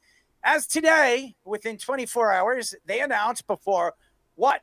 We're going into week 4 of the NFL season. What did they announce? Well, they announced something very, very interesting. They announced that Joe Flacco is no longer the starting quarterback of the Cleveland Browns. And who is it? Who may it be? You can argue, oh, well, all the Shedeur Sanders fans, including Shedeur, thinks he should be the one. Well, ladies and gentlemen, it's Dylan Gabriel. And the reason why I'm making this my deuce of my day, because somebody said something very, very interesting when this announcement came out. And that is Shedeur Sanders. Speedy, could you guess what Shedeur Sanders said? That he should have been the starter. Boy. And you're being disrespectful to me or something like that? Fish, what do you think he said? Well, it's more than even what he said. I don't know if you saw the second part of it, Errol. I did. He said, because he said it with his hands, Yes. the second part of it. But the first thing is he said that he's better than a bunch of starting quarterbacks in the NFL right now. So you know what I say about that? I'll tell you what Rex Ryan said about it. Very interesting. He said about Shedeur Sanders, this kid talks and he runs his mouth. Like he said, I can be the starting quarterback with his arms crossed like this actually is going to happen. Get your ass in front of the row and study and do all that if you plan to be a starting quarterback in the NFL. That's what Rex Ryan said. So I will tell you this. Shedeur Sanders is not gaining any brownie points right now. Not from Rex, not from any GM or coach that could be looking for a quarterback in the offseason. After this announcement, when you would go up to Dylan Gabriel and give him a congratulating him for being drafted in front of him, being a Heisman Trophy candidate, and standing for one thing and one thing only, not going out there and throwing any of him or his teammates under the bus. You know what that smells? It smells like a lot of what, Speedy? Yes. Doo-doo. Doo-doo. That's what it smells like. And you know what he smells like? Doo-doo. That's right, ladies and gentlemen. So my deuce of the day goes to the one and only Shedeur Sanders, as not only does he smell, well, he looks like crap too. And it looks even bad when you have all these teams now looking for a quarterback in the offseason that could be filling in that slot. Might think Shedeur Sanders is anywhere close to a starting quarterback in this league. And what does he do? He throws his teammate under the bus. Yes! Oh, something happened. So does this make this the doo-deuce of the day? The doo-deuce of the day. So, yeah, my deuce of the day goes to Shedeur Sanders and his just absolute ridiculousness. Looks like an idiot. Smells like an idiot. Yes, if it smells and looks like it, guess what? You are an idiot. Shedeur Sanders is a complete ass and made a complete ass of himself. And all I can say about that is... Droba. Ass liquor. All right, ladies and gentlemen, that was my deuce of the day. And it smells. Smells a lot. And anytime I speak about Shedeur Sanders, it definitely reeks. Yeah, keep speaking about him. We're not going to break yet. Yeah, well... Yes, he did. What? Yes, he did. Who? Ha, who? Ha, he, All right, check swing. Yeah, keep going. Keep talking about Shedeur or some shit. It's working. The Shedeur talk's working right now for keep Bednar. going. It's working for Bednar. All right, so you want me to sing a song to Shedeur Sanders? I would love to see you sing a song to Shedeur I'll Sanders. sing to Shedeur Sanders. I don't know. Hold on, little girl. Show me what he's done for me. Stand up, little girl. Oh, shit. Broken hearts that be that way. All Well, right. yeah, it's true. What happened? Warning track. Judge, game over. Let's go. Going into tomorrow night. All right. Aaron Boone, we never doubted you. Oh, are you trying to give me a heart attack here? You see this, Mr. Mincy? I am losing my mind. I almost crapped my pants. Well, ladies and gentlemen, when we come back, he's not going to be crapping, but I'm sure he has his own thoughts to the Cowboys, the Jaguars, and the Broncos, the one and only, the man, the myth, the legend, or the man, the myth, and the producer himself. And yes, the face of the Mincy family. Yes, if you haven't checked out the reality show, you can go check it out on YouTube. We will be talking to the one and only former defensive end of the Broncos, Jaguars, and Cowboys, Jimmy Mincy. But first, our Sports Minute with Fish. Blow my back out. This is the Jabba and the Mouth Sports Minute. All right, everybody. Aaron Fishman here with your Sports Minute. Going to go through a couple of stories before we get into the scores this evening. We were just talking about the Jets. Here's a little bit more we didn't get to. Multiple-time All-Pro Jets cornerback Sauce Gardner says referees are picking on him because the Jets are a losing team. Gardner was flagged for pass interference versus the Dolphins, his second PI penalty in the past 2 weeks, and said after the game that he was personally frustrated. Gardner continued, I watch football all the time, and I just feel like, I don't know if this is wrong to say, but I think I get called for more stuff just based off us not winning. I watch these winning programs, and there'd be some egregious things, and it don't get called. They're letting the players play. I just feel like, in general, even the Mike Evans penalty last week, I just feel like us not winning, it's what goes on if we don't win. I feel like we don't get the calls we should get, and we get the calls that we probably shouldn't get called for. Head coach Aaron Glenn said that they would be sending clips to the league for clarification on those penalties. Glenn said his team needed to earn those calls. Sauce leads the Jets with 4 penalties and tied for 5th in the league for most penalties following his 2024 campaign when he had 10 penalties against him. Perhaps Sauce needs my old motivational speech I used to give to my JV football players when they lost their minds at truly bad officiating. It goes, zebras are dumb animals. All they do is eat grass and get eaten by lions. They are going to make mistakes. Move on to the next play. Next play, Sauce. After threats to leave the franchise high and dry earlier this offseason, the Minnesota Wild ponied up on Tuesday to give star forward Kirill Kaprizov an NHL record 8-year, $136 million extension, keeping him in Minnesota for the long haul. Wild GM Bill Guerin, after the deal, told the media, "We never wanted to entertain Kirill not being here." Kaprizov, 28, was excited to put the business part of professional sports behind him as he was quoted, "Now it's all done and we just start playing and we don't think about this." Kaprizov played in only 41 games last season before a midseason injury, but was a plus 19 with 25 goals and 39 assists, averaging over 1.5 per game. Many in hockey believe that this contract is the first domino to fall, as the free agent market will now be reset with this contract, as stars Connor McDavid, Jack Eichel, and Artemi Panarin are in contract years looking for their own new deals.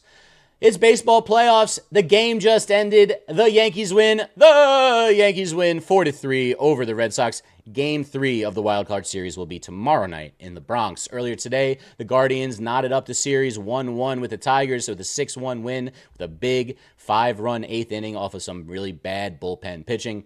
And the Padres shut out the Cubs 3-0 with 4 pitchers going. Mason Miller had 5 strikeouts in that one with only a 1 2/3 innings pitch. Every out was a strikeout. Still to come tonight, about to start should be starting right now, Dodgers and Reds for Game 2 of that NL Wild Card Series. Guys, we are streaming live on TikTok, Instagram, and YouTube on our Job in the Mouth handle, on Facebook under the Worldwide Sports Radio Network handle, and on Twitter under our host handle at ErrolMarks34. Keep downloading on Apple Podcasts and watch us both there and on Spotify, now in video. Make sure to like and subscribe to all our shorts, reels, TikToks, and longer videos that you see from us throughout the week. Now back to Errol, Jabba, and Speedy for our guest on Jabba and the Mouth. Any questions? What is this? We're back. This is the Jabba and the Mouth Show. Jabba is not an athlete. Please stick on the Twitter. Athlete. My rear end is burning. 631 672 31 is the number to call. You're listening to Jabba and the Mouth. I'm the one and only Errol Marks, Mr. Mouth, the flamethrower himself, Jabba Chamberlain, the speedster, Speedy Petey. Go to our website at www.worldwidesportsradio.com. Check out all our shows throughout the week, including Jabba and the Mouth every single Mondays and Wednesdays at 7:30 p.m. All you have to do to tune in and check out our local listings for all the shows is go to our website at www.worldwidesportsradio.com. Before we get our guest in, Jabba and the Mouth is brought to you by Omaha Steaks. And ladies and gentlemen, they're giving 10% off all orders if you're a Jabba and the Mouth fan. Well, ladies and gentlemen, this is how you find it. Just go to Omaha Steaks by going to www.omahasteaks.com. And all you got to do is add the / Jabba in the Mouth and click it. You get 10% off if you do so on any items or all the items you buy. You love your steak. You love your meat. Well, you'll be packing for Omaha Steaks. And ladies and gentlemen, if you go to worldwidesportsradio.com and click Omaha Steaks logo, you can get the very same deal by going to the Omaha Steaks link, Jabba and the Mouth. And this guy loves his meat. We love him.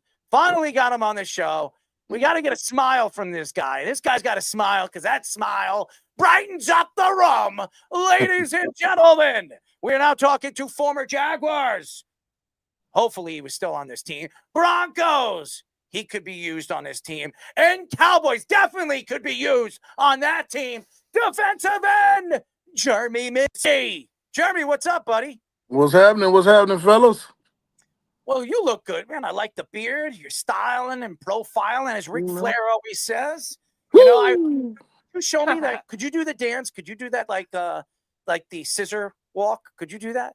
I ain't any good at that. I'll get his son to do it. I don't want you to dance if it's gonna hurt, man. I mean, I'm hurting right now. I can do stuff. Oh, you're bushwhacker. Bushwhacker. Would you be Butch or Luke? Who would you be? Luke or Butch? Butch. Oh, you're a ball guy. I'm gonna say. He like licks. Actually, Luke. Is it? No, Butch. Butch is the one that licks Luke. Yes. Butch is the leader of Luke. Luke barely speaks. He goes, yeah. He's got no teeth. He's got nothing. Anyway, speaking of no teeth, well, I'm about to pull my teeth out of my head. I'm a Jet fan, as you can see right here. You know that. Not very happy. But there is a team out there for years. You could pull a lot of things, including teeth. This team could never get out of their own way, and that is the Jacksonville Jaguars. And I wanted to go here, and I wanted to come here because I think it was you. I think very, very heartedly that you told me that Travis Hunter was going to be a good player in this league. Did you not tell me that? Absolutely. You did.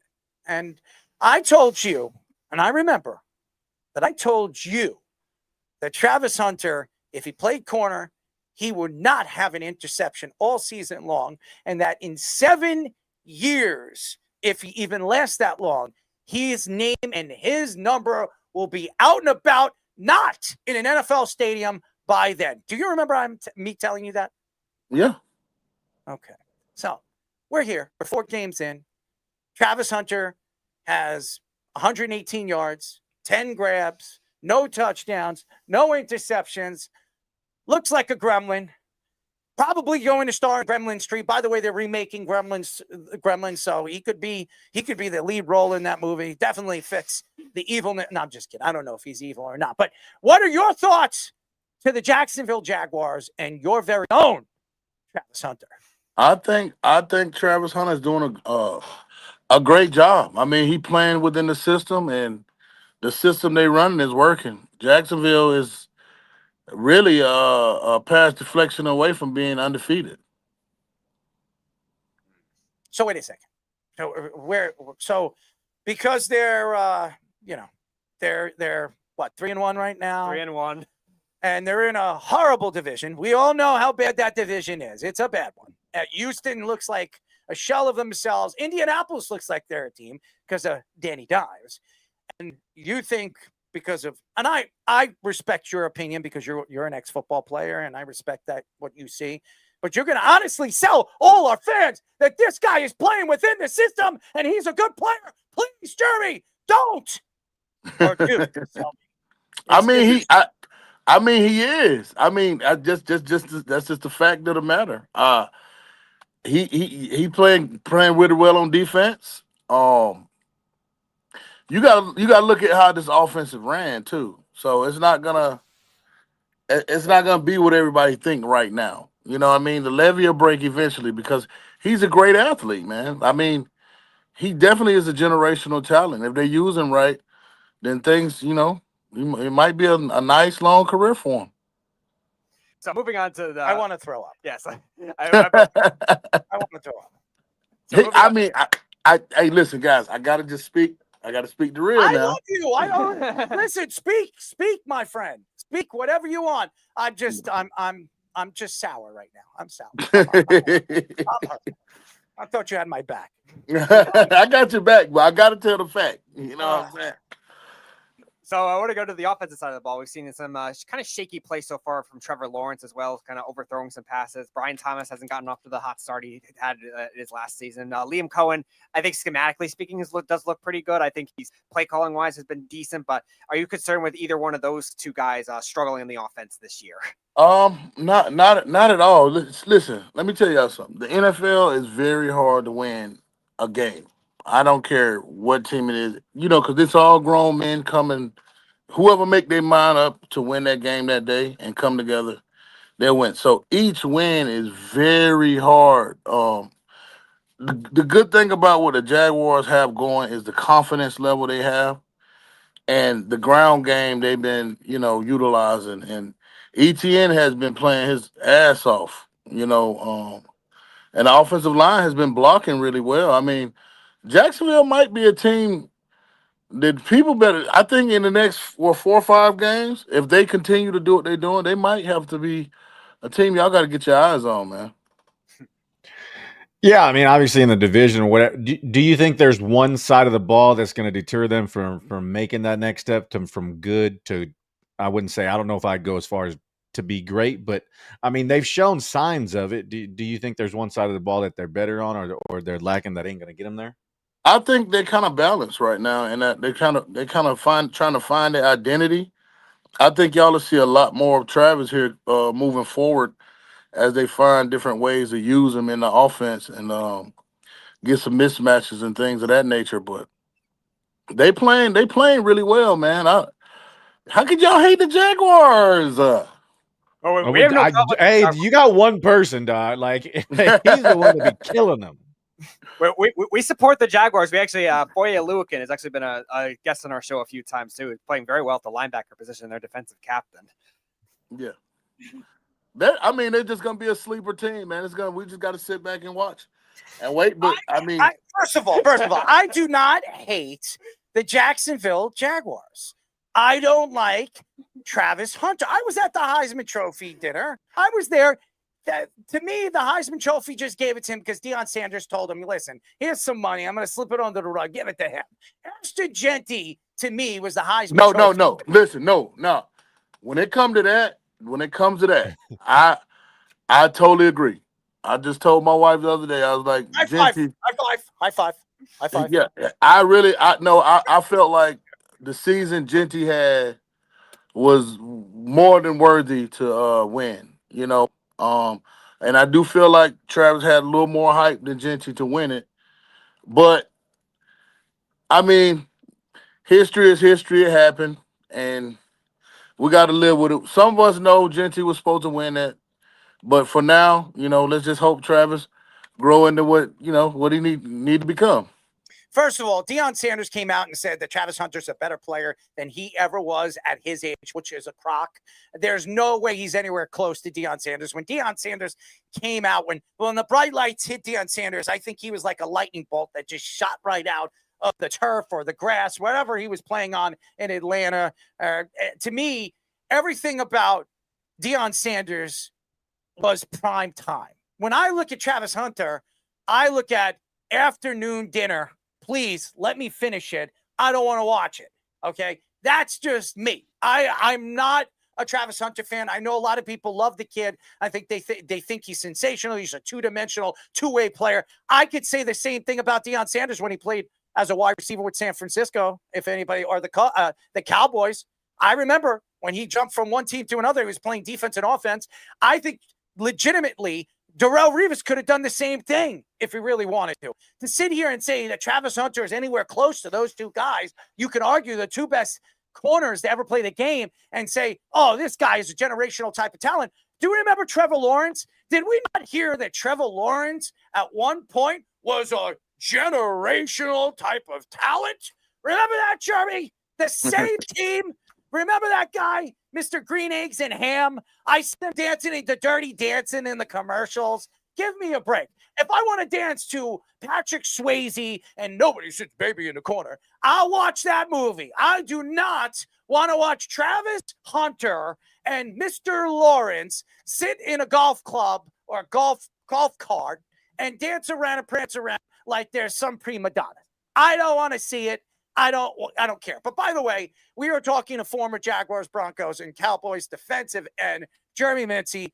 We love him. He's been on our show before. Happy to have him on again. Anyways, Jeremy, I want to go back to very far. Well, it wasn't far, but I remember there was a team that you played for that was pretty damn good, and that was the Denver Broncos. That was a pretty good team. I think, if I'm not mistaken, you were a part of that Super Bowl run. Am I wrong about that? No, I was. Correct. I was. Yeah, I remember. And I remember the defense that you had. Mm-hmm. Now, going into this season, everybody said this defense is by far the best defense in the NFL with the acquisitions they made. It's not even close. Mm-hmm. And over the last 3 weeks, I've seen a lot of mistakes. We all know what Patrick Surtain is, Defensive Player of the Year. Best corner in the league. I don't think you can argue that right now. He is shut down we've seen since Darrelle Revis in primetime, I would say. What do you think has been the problem for the Broncos in the first 3 weeks or 4 weeks of the season?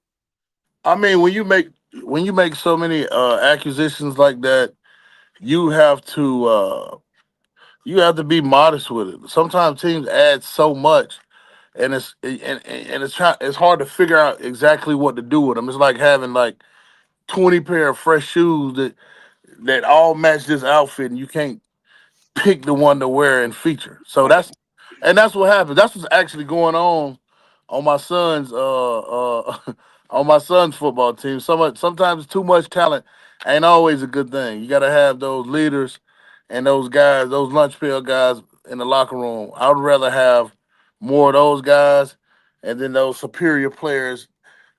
Built around the lunch pail guys built around the superior players in order to make something special for that team.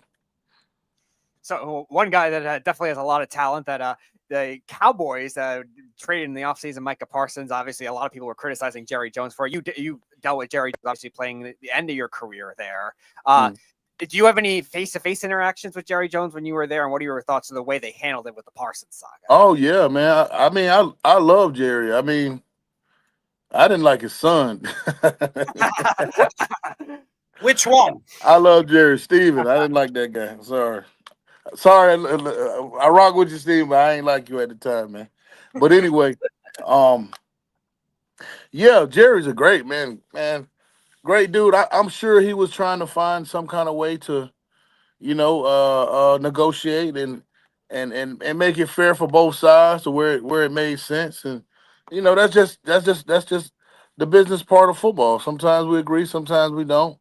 And Micah did a good job of moving on to where he needed, and Jerry did a good job of putting himself in position to continue to build his team. Yeah, when you get in those positions, you sign a free agent deal, and I think a lot of people don't understand what goes into that, especially if you got families and whatever. Like, and in those talks, can you give people a little bit of insight, like as it goes, like what your thought process is? Because obviously with Micah, there's maybe some front office stuff. Maybe it's like, hey, my wife, my kids, they don't want to be here, they want to go somewhere else. So give a little insight to everybody on like kind of that process. And sometimes it's easy, sometimes it's not. And you look at it from a financial perspective, because some places don't have state tax, some do. And so it all plays a part in all of that. I mean, I think Micah is a true baller, like football player. Like he loves the game, and I think Dallas was just a place where he had too many distractions, and the team was not playing up to his peak potential at the time. I think if he was on the team this year, the way Dak playing, oh my God. But sometimes, like I say, that's how the cookie crumble with great players like that. And at the end of the day, it's all about the money. And if they're gonna give you this more odd millions of dollars, I think you should go. Well, if you have some cookies with milk, I want some. I mean, I like my chocolate chip cooks. I also like oatmeal cookies. Those are good, but not with milk. I can never eat oatmeal cooks with milk. I don't like it. But anything with chocolate chips is my thing. Have you ever tried this? I want you guys to try this. When you are cooking cookies, chocolate chip cookies, you take a nice big cup of milk, and then you cut the cookies and you stick it in your milk and you let it sit. You let it sit to the bottom of your milk. Let it sit. Give it about 5 minutes, and then you start drinking your milk all the way to the bottom. I'm telling you, it's delicious, guys. If you like cookies, chocolate chip cookies, fresh chocolate chip cookies, Jabba, Is that like a bootleg chocolate milk? No, I don't like chocolate milk. I don't like chocolate milk. But you're putting chocolate chips in milk, dog. It's different, but it's different. It has a different taste now.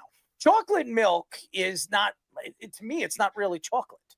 First of all, you bite string cheese, so you don't. You ain't gonna remember talk on all them cookies. Them cookies gonna turn you into Jabba the Hutt. No, it could be. I mean, Jabba lost about 35 pounds. I've lost about 30. And the only hut he's going to be cooking is the chocolate chips I'm eating. That's all I'm going to say. Jeremy, on a side note, Jabba, the second time we had him on the show, mentioned he actually never saw Star Wars. Never. Never seen Star Wars. Never seen Star Wars? Never seen No, Star Wars. and Errol, I made Errol and I made a bet, and I was like, man, you know what? Obviously, I was fat and wore glasses. You really think I'd watch Star Wars just terrorize myself? But no, he didn't tell me the order to go in, and then finally I was like, "Hey man, I gave it an effort, and it just wasn't for me." And he goes, "Watch it, like try to do it in this order because it's like this will be."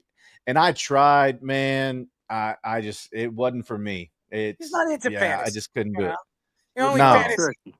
The only fantasy he likes to watch. No, I'm not even going to mention. Anyways, we are talking to former Jaguars, Broncos, and Cowboys defensive end Jeremy Mincy. You were talking about the Cowboys, and you mentioned Michael Parsons. Speedy brought him up, and this guy's making a lot of money. He's making $48 million. Besides quarterbacks, he's the highest paid player, not a quarterback in the NFL. And there's a lot of questions to bringing in a guy like Michael Parsons. One, the Green Bay Packers bringing him in. They're all in. They're all in to win a Super Bowl now. You spent that kind of money to bring a guy like that in almost, a week and a half before the season started. You made the trade. Jerry waited, and I think Jerry screwed really the development, especially understanding the offense and the defense on that side of the ball for the Green Bay Packers and Micah Parsons. It has screwed them. My question to you, Jeremy, you look at Micah Parsons and what he has done over the years with the Cowboys. You look at what he has done in the playoffs. It's not been good. In the big parts, in the big games, this guy does not show up.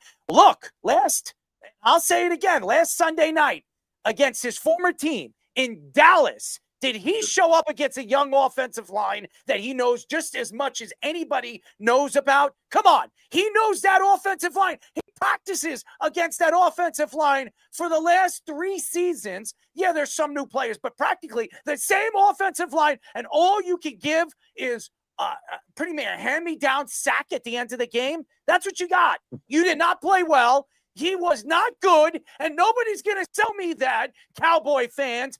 The guy, and I'm going to tell you this right now, and I want to know your opinion. What the Cowboys got for him in Clark and 2 first-round draft picks, I believe that the Cowboys are going to win this trade one way or another because they free out money next year where they can bring in Trey Hendrickson and maybe somebody else, and you get 2 first-round draft picks and 2 first-round draft picks next year. You can develop and redevelop and build your whole defensive line in just 2 years. Your thoughts? Micah Parsons, a slap shot away from, to me, an absolute catastrophe for the Lambeau Field Packers, or do you think that he is absolutely going to give him that boost that's going to win him a Super Bowl? Because I think the Eagles are the best team right now still in the NFL. I think 2 things could be true at once. I think Micah is going to, get acclimated into that system and create more damage. And the other truth is Jerry won the trade. I mean, like the things the Cowboys going to be able to add with what they already got. And this year is one of those years. This year reminds me of my 2014 year with the Cowboys. We went deep in the playoffs. These guys are trying to have something to prove. See, it's the no-name guys that's gonna drive this team to where it needs to go because they all have something to prove. And that's a scary team when you got a quarterback hitting on all cylinders, just like Tony Romo was doing in 2014. Dak is doing the same thing. Then you got a few stars on the defense, but a bunch of lunch pail guys who trying to make a name for themselves. So this is going to be a very interesting season. And I want to say something. I've been a Dak Prescott supporter. He's one of my favorite players. Him and Baker, my favorite players. I know. I love Baker. I love them both. I love them both. Dak Prescott, I think deserves a little bit more credit than people give him. And, yes, he does. Watching what he has done so far early this season has been remarkable. Really remarkable what he is doing right now. Well, your thoughts on Dak Prescott and what we have seen. And by the way, by the time he's done with his career, he's going to have better numbers than Troy Aikman. He already has better numbers than Tony Romo and Roger Staubach. I'm going to tell you this right now. By the time he's done with his career, Super Bowl or not, the best numbers in Cowboys history for quarterbacks, greatness of quarterbacks, you're looking at him. Dak Prescott, your thoughts? Put some respect on his name, man. Put some respect on Dak Prescott's name, man. He is playing phenomenal right now. The reads he's making, the instinct he's playing with, the grit, the leadership. I mean, he hitting on all cylinders. Now, I think he's over those the expectation bug. I think that's long gone. I think Dak is like, I'm coming out, and I want y'all to know who I truly am. So moving on to another team that is trying to prove themselves in their own way is your Florida Gators. Obviously, Billy Napier is going to be in hot seat rumors for a while, like he was. Get rid of him.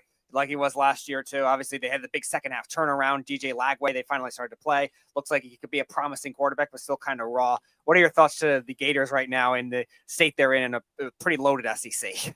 I mean, I kind of think Lagway came back a little bit too early. You know how you can smile and be have no confidence while you're doing it, and that's kind of what Lagway did. I think that team is a lot better than what they're showing. I just think they gotta find a way to gel before it hit mid-season and see what you got and get prepared for next year. Hopefully. I got some buddies that are Gators fans. Would you put going to a Gators game in the top 5 of college football games? Top 5, man. There ain't nothing like the Swamp. I played a lot of places. I never got a chance to play at Ohio State Stadium. What about Nebraska? You ain't play there either. I haven't played in Nebraska Stadium either. But outside of that, I don't see nothing rocking with the Gators, man. I mean, the ground shakes. I mean, it's like a big speaker in there, man. It's crazy. Do butt shakes? I mean, then I'm going. If I'm watching butt shake all over, I'm butt there. Shake, titty Booties. shake, titty shake, asses shake, eyes, head, ears. You walk in the middle of that field. Yeah. After Mr. 2-Bit, come on, man, come on. I could use some green pie, as I always say. Anyways, we are talking to former Jaguars, Broncos, and Cowboys defensive end, Jeremy Menzi. Jeremy, before we let you go, I mean, the last time we had you on the show, we were speaking about the YouTube family reality show that you had. Okay, and I checked it out. You, my friend, are an interesting cat. Your family are interesting people. Your daughters are great athletes, by the way. Very, very good. So tell us a little bit of how this got drawn up. And do you plan to continue moving forward with this reality thing? I think like what I'm doing is kind of, per year, I'm gonna drop like 3-episode series and just let it pile up over time so people can witness like the progressions of these kids growing, man. My kids work so hard, man. I mean, we started in the backyard where both my daughters couldn't dribble at all. Now they all stars. And my son never even played quarterback until this year. He was a running back last year, defensive end.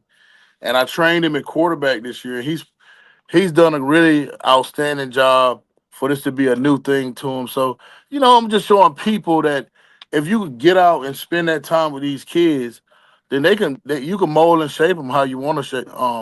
But you got to make sure they have a love for what they're doing, and just give them the platform that they deserve. We living in an NIL era anyway, so you got to get these kids out, fast as possible. Let me ask you a question. If you wanted to adopt somebody, would you adopt our friend Nathan? I mean, he needs an adopted family. I mean, he's right there by himself in a little square box. I mean,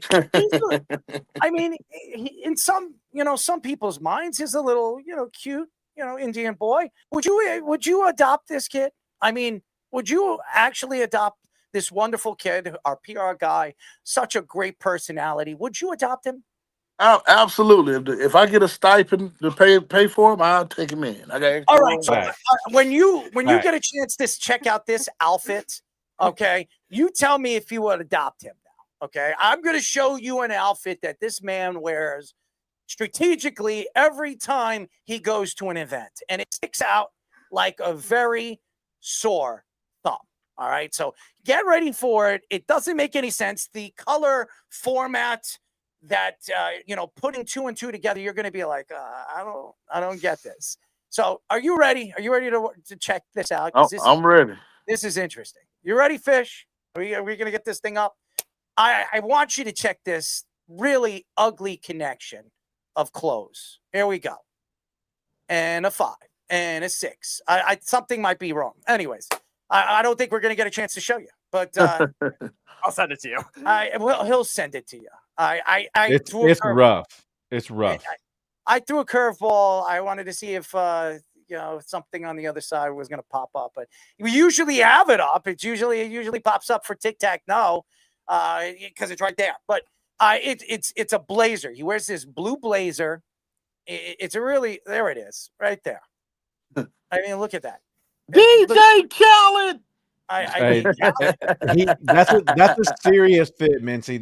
That's not being funny. That's like a serious fit. Oh, it's low key fly, man. It's for real. I like who wears army pants with a blue. By the way, that blue blazer he's been wearing since the day I met him. It's got to be about 9 or 10 years old. This man still wears it. Now, I told this guy when he goes and he does all these, because he's an NR guy and he has his own company. I told him he does our PR work. He goes to all these events. Have all these athletes sign it until it completely falls out. And then you put it in a plaque. You put it on a nice frame and you have something to brag about. No, this guy will not do that. He will not put this, blazer, in retirement. It's already in the Hall of Fame. It's definitely not, it might be in my Hall of Shame with the way he dresses, but I love him. I love Nathan. He's a great personality, as I give him so many compliments. What are your thoughts? You grade it from 1 to 10. What would you grade that look? I mean, honestly, be honest. I'll give it an 8.5. It's kind of drippy. It's weird, but it's a little drippy. Wow. All right, hold on. Nathan wants to come in. All right. Yo, what up? Hey, bro, you dripping, baby. Thank you, man. How you doing, man? How you been? Hey, man, taking it easy, my boy. Yeah, I actually so we do a lot of PR work with so I manage most of the athletes in different sports. So we do athletes. We do a lot of events with athletes in different. Joba is not an athlete. In different venues, so we do a lot of autograph signings. We do a lot of camps, and so I manage all 500 athletes in different sports. So I love Lisa Ann. And I do a lot of PR work for this show here. So okay, awesome. Yeah, and I know some of your former teammates, some of the Cowboys. I'm good friends with Barry Church, Isaiah. Oh, that's my boy. Yeah, I'm good friends with Anthony Spencer, Isaiah Sandback. I know most of those players. So yeah. And you have to be careful because Nathan will do this to you. Joba, smack my ass. He might ask you. Just be cautious with be cautious with Eddie. He likes to put people on leashes too. Oh yeah. Oh, by the way, you guys are crazy. This is a creepy story. Jeremy, don't listen to them. So, Jeremy, before we let you go, you're gonna like this one because this is one of the weirdest stories I've ever heard anybody tell us.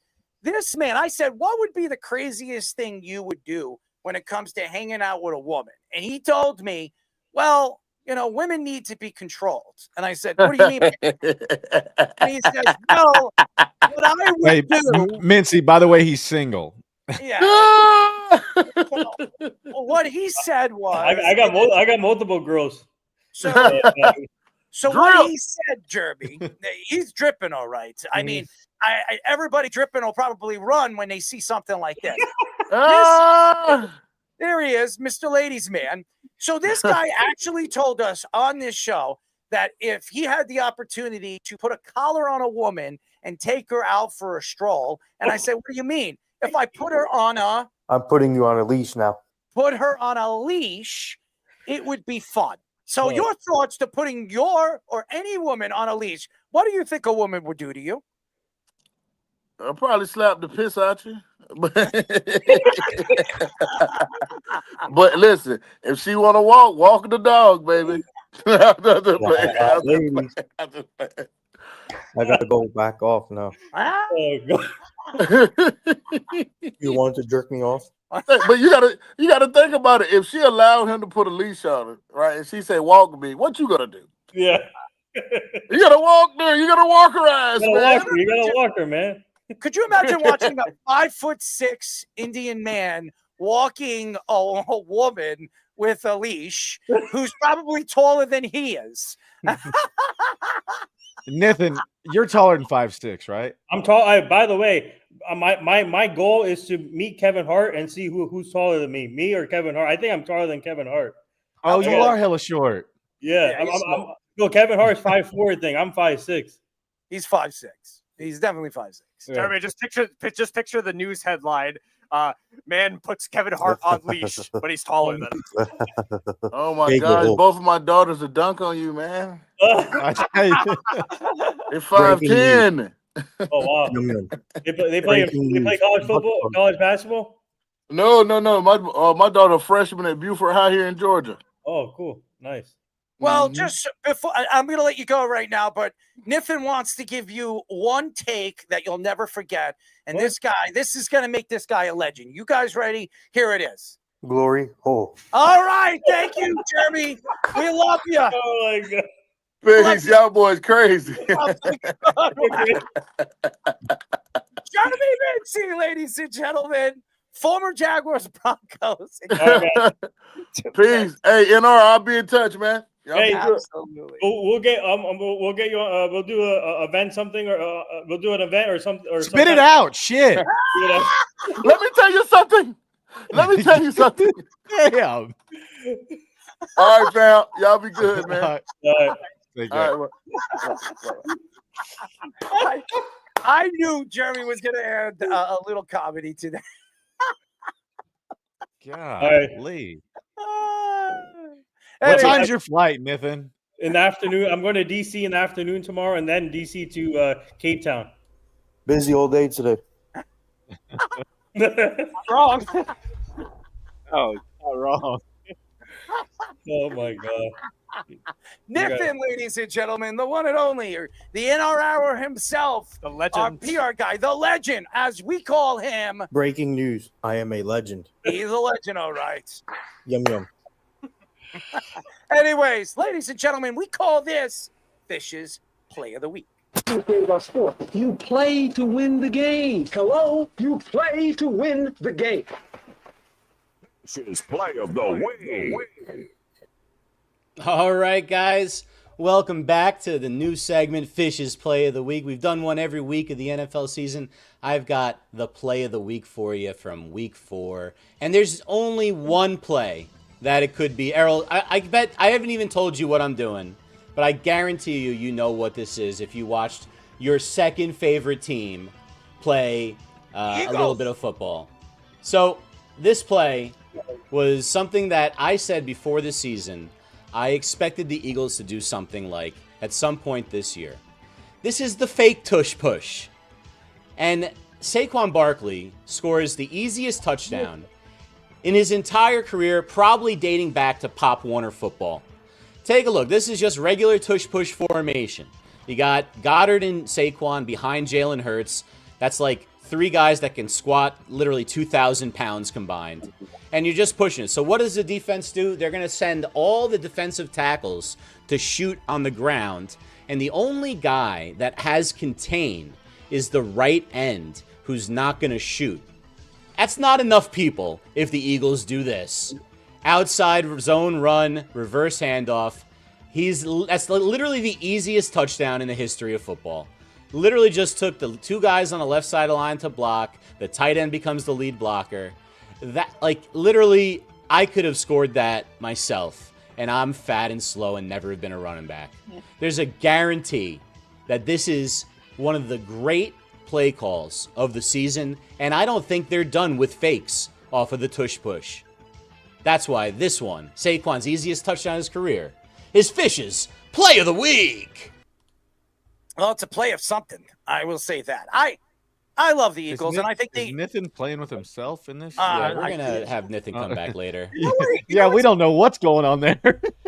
It looks like a rape video. That's what it looks like. It really does. I mean, look at him. He pops right in. There it is. Pop in again. Disappear. Just go in and go out. Pop in the window. It's just a blank back and nothing there. for Niffin. Niffin, you know what I got to do? I got to send you a green screen. I think it'll work for you. What do you think? You think I should send him a green screen? Ladies and gentlemen. Well, like, does he have anything in his walls? I have no idea. I mean, that's what I said. It's like one of those surveillance cameras at his house, Jabba. When you don't want. It's like when you don't want anybody to know where you are, where you're living in that particular place. You're like in a black hole of nothing. That's where Niffin lives. I was working so hard on making these graphics. My power went out. The whole development lost power in the middle of it. Really? Yeah, but here's the unicorn where no one's putting him in the corner like baby whatsoever. This one is hilarious. Boys. Yeah, it seems like could you imagine like Niffin and Speedy, doing that last dance of the end of Dirty Dancing, a movie, and Speedy runs into Niffin's hand and he holds him up in the air. We got to get something like that. That'd be cool. I would run into his hands and then I'd just be caught. I would say that would be definitely fun. I mean, seriously, and have Niffin he just brings out his leash after that. Well, you have to wear his coat. You have to wear his blazer. It's that. So like it's flapping, like he's putting his wings on you, that you're flying in the air. That'll be cool. I don't know. To me, by the way, Jeremy Mincy was fantastic. Yes. We had him laughing. That's always good. And the Yankees win. I mean, who's better and who's on top of the world right now here in New York? I mean, at least we could be happy for one night because tomorrow night could be the last time we see the New York Yankees for the rest of the season. All right, easy on the negativity, guys. I'm just pushing. What I really want? The day's not even over. I know, but here's the thing. I got a bet with Keith, and I want to win. And first of all, they got to go to the ALCS, so they got another round to win before that happens. I had them losing this series, but I think if they beat the Red Sox, they're going to beat the Blue Jays. So I don't know. Do they match up against the Blue Jays if they win? Yep. Yeah. I don't know. Again, the Blue Jays don't have the pitching the Yankees have, and I think the Red ahead Sox. Of ourselves. That's next week. Well, I'm just saying, if it ever happens. I mean, Crochet, if somehow Garrett Crochet gets out of this round and the Red Sox match up against the Blue Jays too. Yep, and I think the Red Sox will win that too. You're going to see Crochet at least 3 times. You're going to see him at least 3 times. So you got to if you're going to win this, your guy has to pitch 7 times. Yeah. I'm kind of dark. I'm dark in or dark out or dark in many different sideways. Anyways, ladies and gentlemen, we call this segment Speedy's Six Pack. Let's have a sixer. Hey, who wants to drink the beer? It's time for the Speedy Six Pack of the week.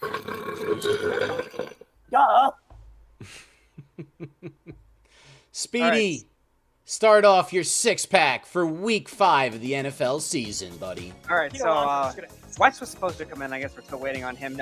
Johnny did send some picks over as well, but we'll start with the aforementioned Philadelphia Eagles. They are at home against the Denver Broncos. They are 4.5-point favorites. I'll start it off with I think the Eagles do win this game tight, but I do think Denver does cover the spread. Like Errol was saying before, the secondary still has played well for the Broncos, even though the front seven hasn't played great. So I think Saquon has a good game, but the Broncos do cover, so I'll take them. Eagles win, Broncos cover. I'm going. So what was the spread? 4.5. Who's the home team? Eagles. 4.5 only. That's interesting. I'm going to go with the Eagles covering on that one. Do you have the point system? Who's in first? Do you even know? You and Jabba are tied right now at 7. Okay. Jabba, the coin. All right. I remember heads is always home, tails visitors. Tails. So you got the Broncos. Yep. Broncos for Jabba. See, I've had the coin flip, and I'm in first place, baby. Bam. Not half bad. You started that just recently. And he got Chaz to do it. Yeah, better. That should be a bonus point. It's true. Or a minus point? I don't know. What do you got, Errol? You're up, Errol. Oh, it's my turn? Yeah. I thought speed. Did you pick? Yeah, I picked it. I went first. Yeah, he goes first. Yeah. Who'd you I go went the with? Eagles. Yeah. It's funny. I wanted to go Broncos because I want to beat Java this week. So I'm going to go Eagles. I think the Broncos can win this game, actually.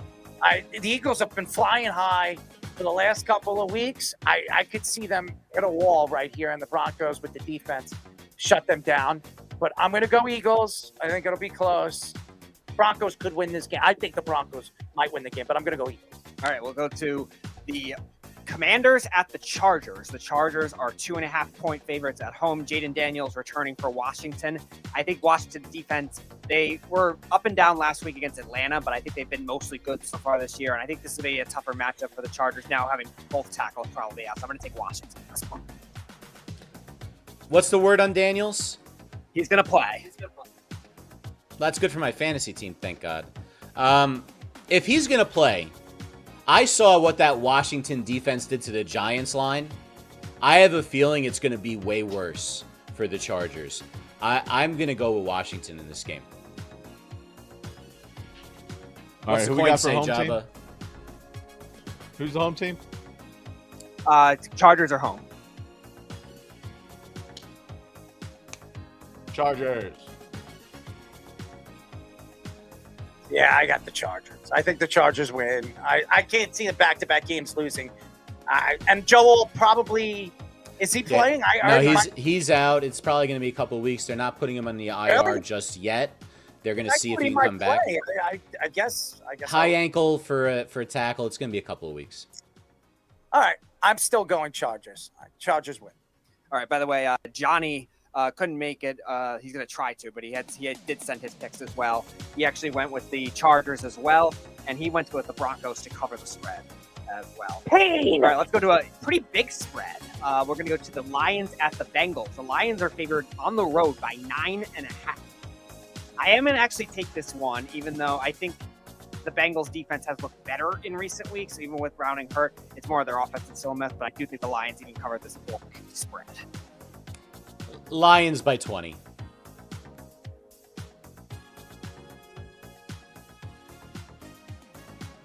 You're muted, Jabba. What was it? He's going Lions. He's going Tails. Oh. So he's going. Is it the Lions? Speedy, tell us the home team. No, I think Heads was home, so he's got Cincinnati. All right, so Speedy, he's got Detroit. Sorry. He's got Detroit. got Speedy, Cincinnati. just clarify that a little quickly if you can next time. Errol, who you got? I'm going Lions. The Lions are going to run all over him. Gibbs, Montgomery. I expect them to just absolutely explode Massacre. off the paper. Give me the Lions. Big points. All right, Johnny is the only one who's got the Bengals covering this spread at plus 9.5. One more big spread that was interesting. The Cardinals with their struggling offense and no Trey Benson, he's hurt as well now, out 4 to 6 weeks. They are 8.5-point favorites against the Titans. I do not think they cover the spread. I think Tennessee does cover the spread. Arizona wins the game. You don't think Michael Carter Jr. and Elvis DeMarcado are going to run all over this good Titans defense? I don't either. I think it's going to be a close game, and I go with the Titans to cover. They may win it, but I think that's a definite cover. Oh, we got the Titans, man. It's the Titans at Arizona. The Cardinals are 8.5-point favorites. That's a lot. Despite their struggling offense and banged up offense. What do you got, Jabba? Visitors, I got the Titans. All right, Errol. And the Titans are the home team. Cardinals are home. They are 8.5-point favorites. The Cardinals. Yes, the Cardinals. I'm going to go Cardinals. All right. So he has the Cardinals covering this one. Johnny has the Titans also covering the spread in this one. All right, let's go. We got two more. We got the Buccaneers at the Seahawks. The Seahawks are 3-point favorites at home. It's actually weird. I saw something last week. The Seahawks, I think since Russell Wilson's gone, they've actually been a better road team than they are a home team. They're not the same 12th man that they've been in the past. I'm actually going to take Tampa to not only win and dominate this game. Seattle with a long week, I think, will hurt them. Say it one more time.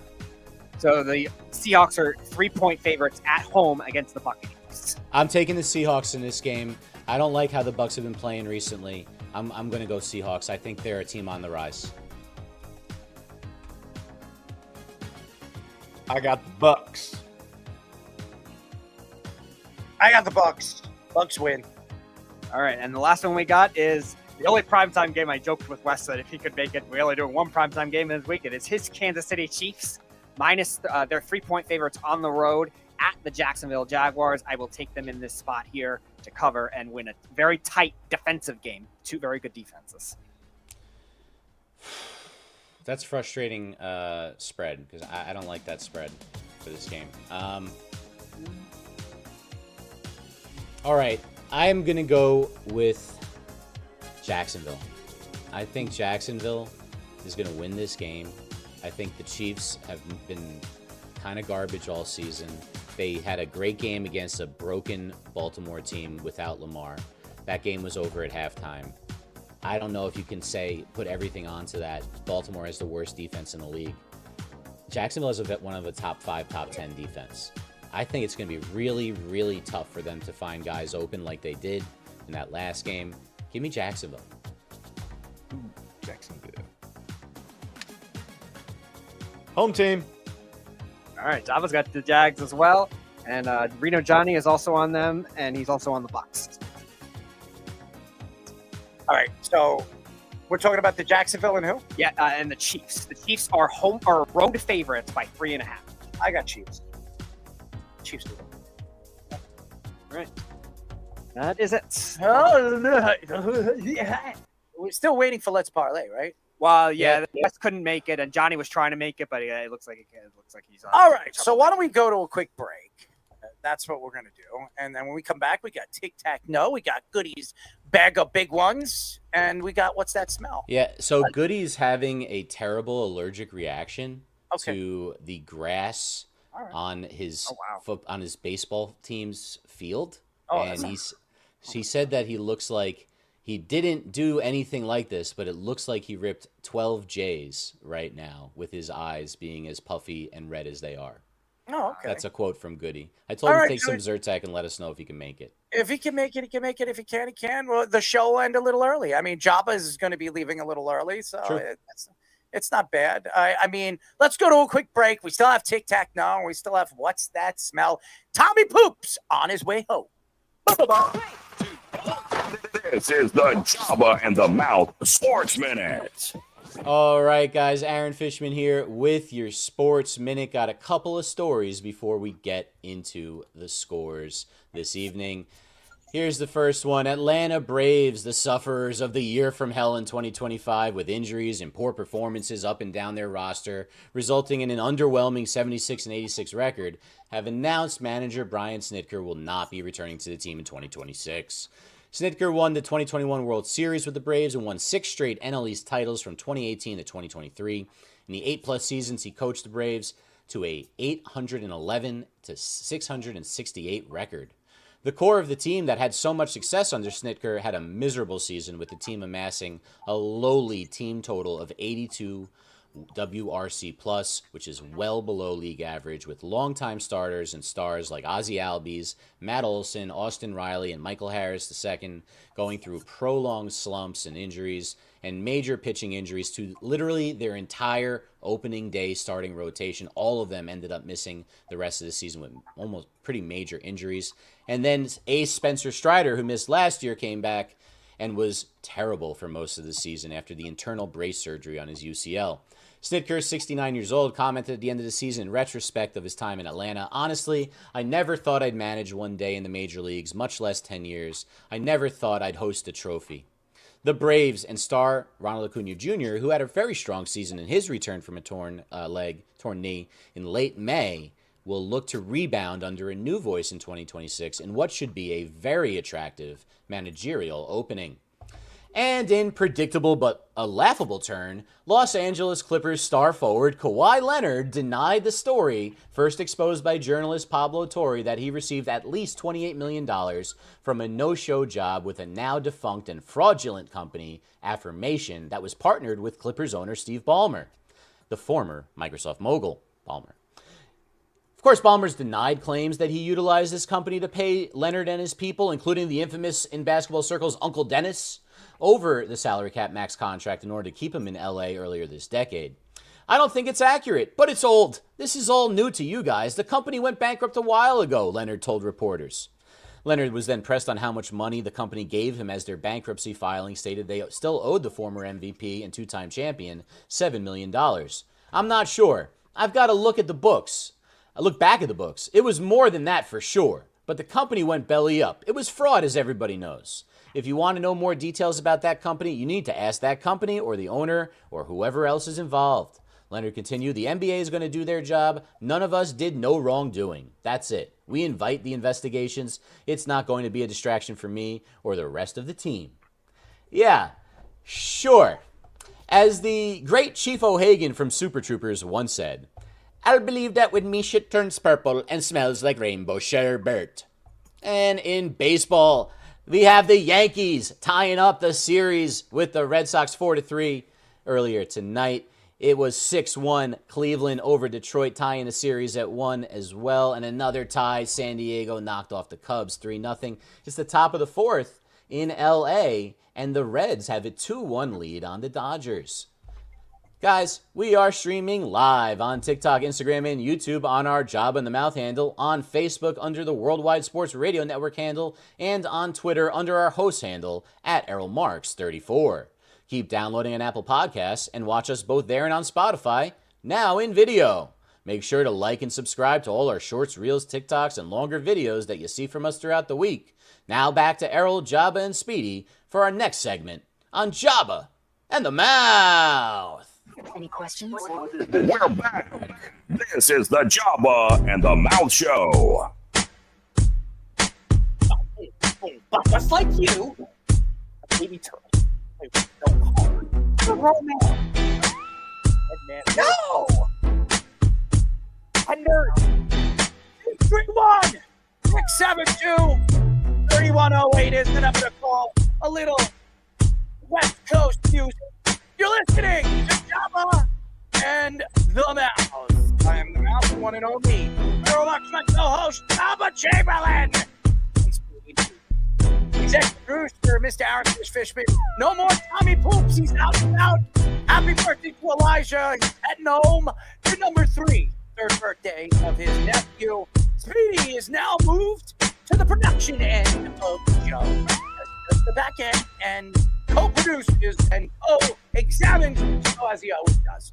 I guess he does. Go to our website at www.worldwidesportsvideo.com. Check out all our shows throughout the week, including Jabba and the Mouth every single Mondays and Wednesdays at 7:30 p.m. All you have to do to tune in and check out our local listings for all our shows is go to our website at www.worldwidesportsradio.com. And Jabba, what is our show brought to you by, my friend? Our show is brought to you by our local sponsor here in Nebraska. We got the good old Veteran Renovations. They can bring you all kinds of good stuff when it comes to roofing, siding. And you know what? They got great financing. It's 0%, great payment plans.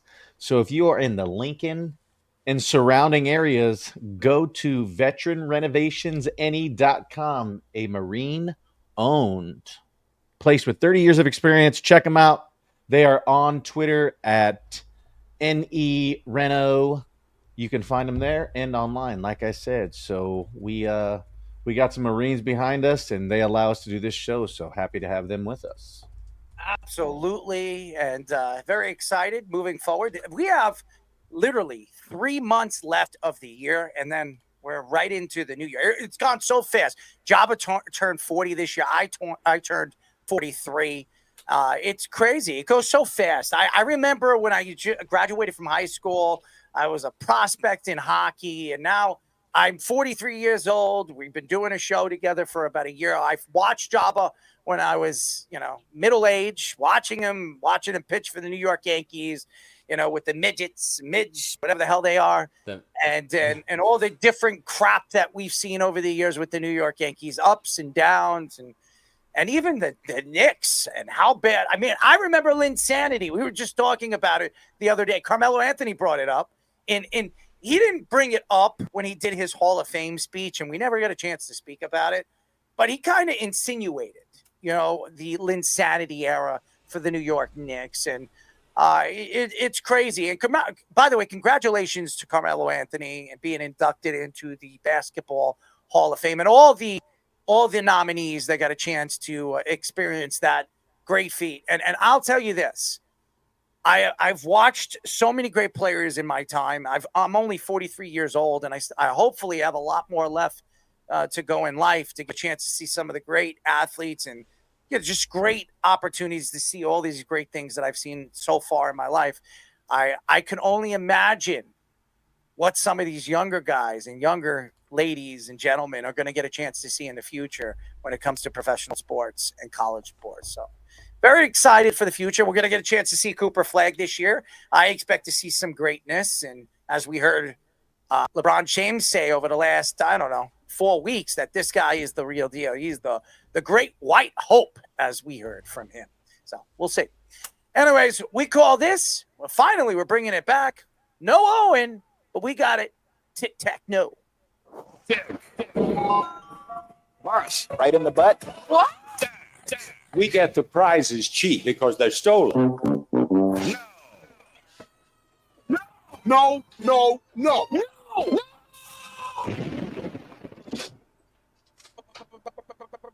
Yeah, Speedy, do that dance. Do that dance, baby. Do that dance. Yeah. All right. All right. We will start it off with some baseball. Goody's not here, so we'll save the LSU questions for another time. Unless he does come in. I do have a Lane Kiffin one.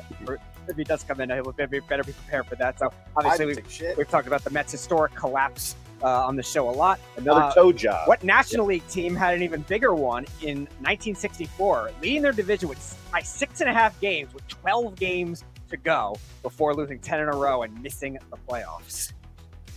Say that What again. was it? What? National League team in 1964 that led their division by 6.5 games with 12 games to go, lost 10 games in a row, missed the playoffs. Lost 10 games in a row. It's the Cardinals? Nope. I was actually thinking the same thing. Maybe they were good then. 1960s. Early 60s. There weren't that many teams, so right. That's right. So you got to. In the 60s, so it would have been. I'll take a guess. What do you got? The Braves. Nope.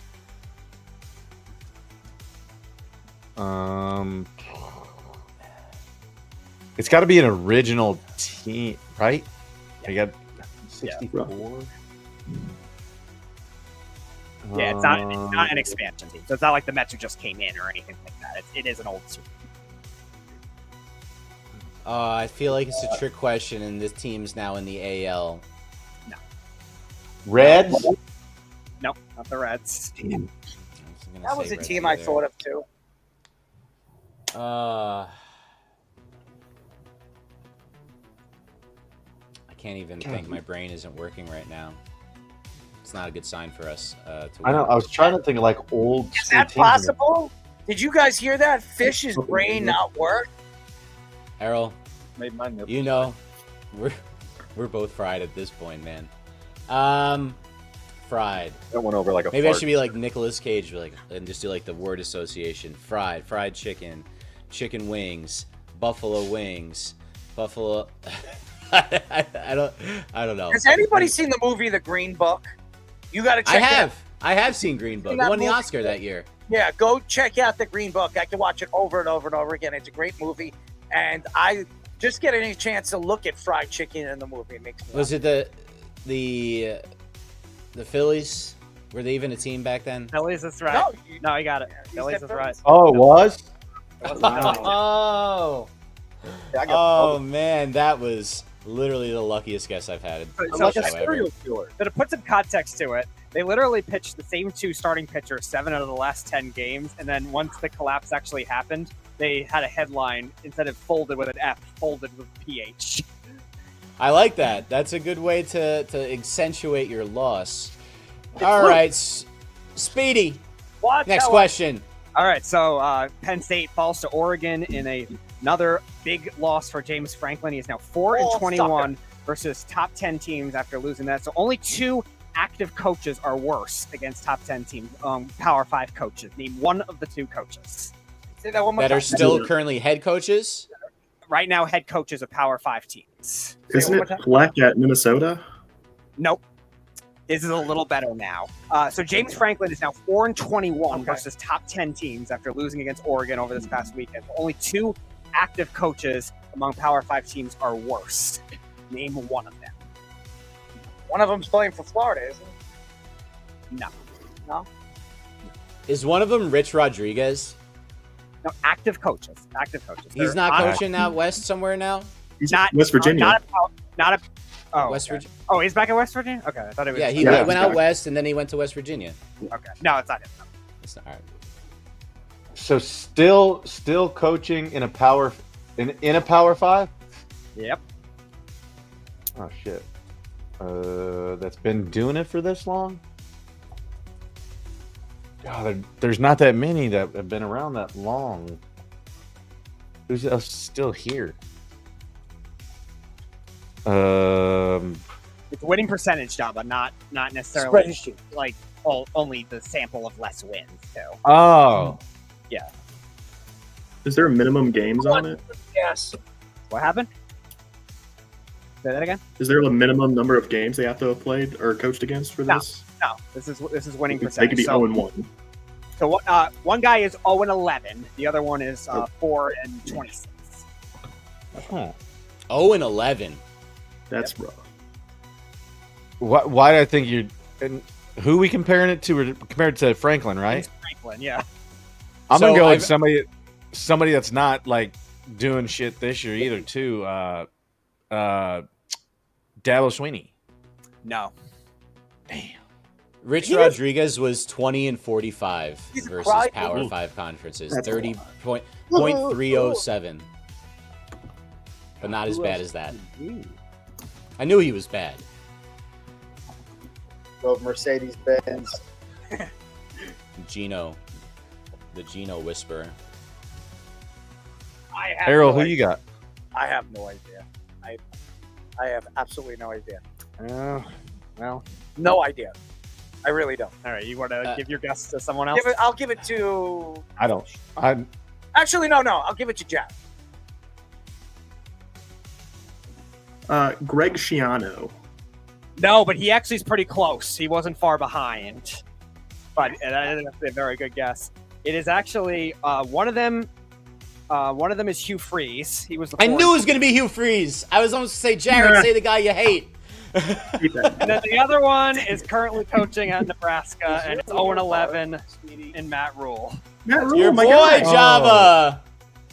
Oh, man. Speedy, that was one of your best questions, I would say. One of your best questions. I hope not. All right, here it is. Speedy, where are you going? Let's go right near that blue blazer. Is We'll it go gonna top left? Is it gonna be a clean sweep? No, you got the first one.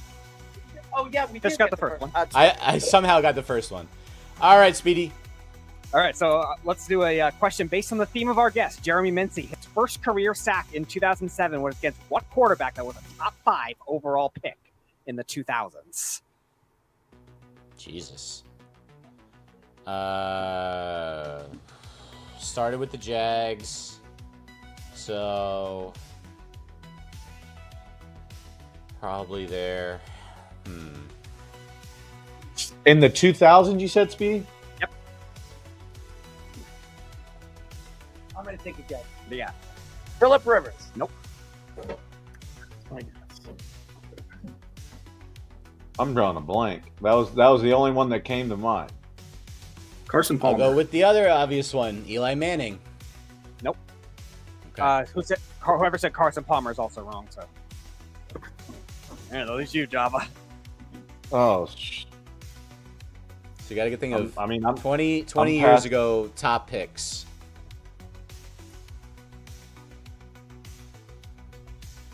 I'm good one, I'm too. passing this one on to you. Feeling like Fish. Dracula. You giving me your guess? Damn. Yeah. I really wanted to embarrass myself a second time. The rah rah shish kumbah. We're going wrong. To 2007. Yeah, that's when Mincy got the sack against this guy. He was a top 5 draft pick sometime in the 2000s. Sometimes so here's my thinking. It's not going to be a number 1 pick because you would have said number 1 pick, not top 5. So,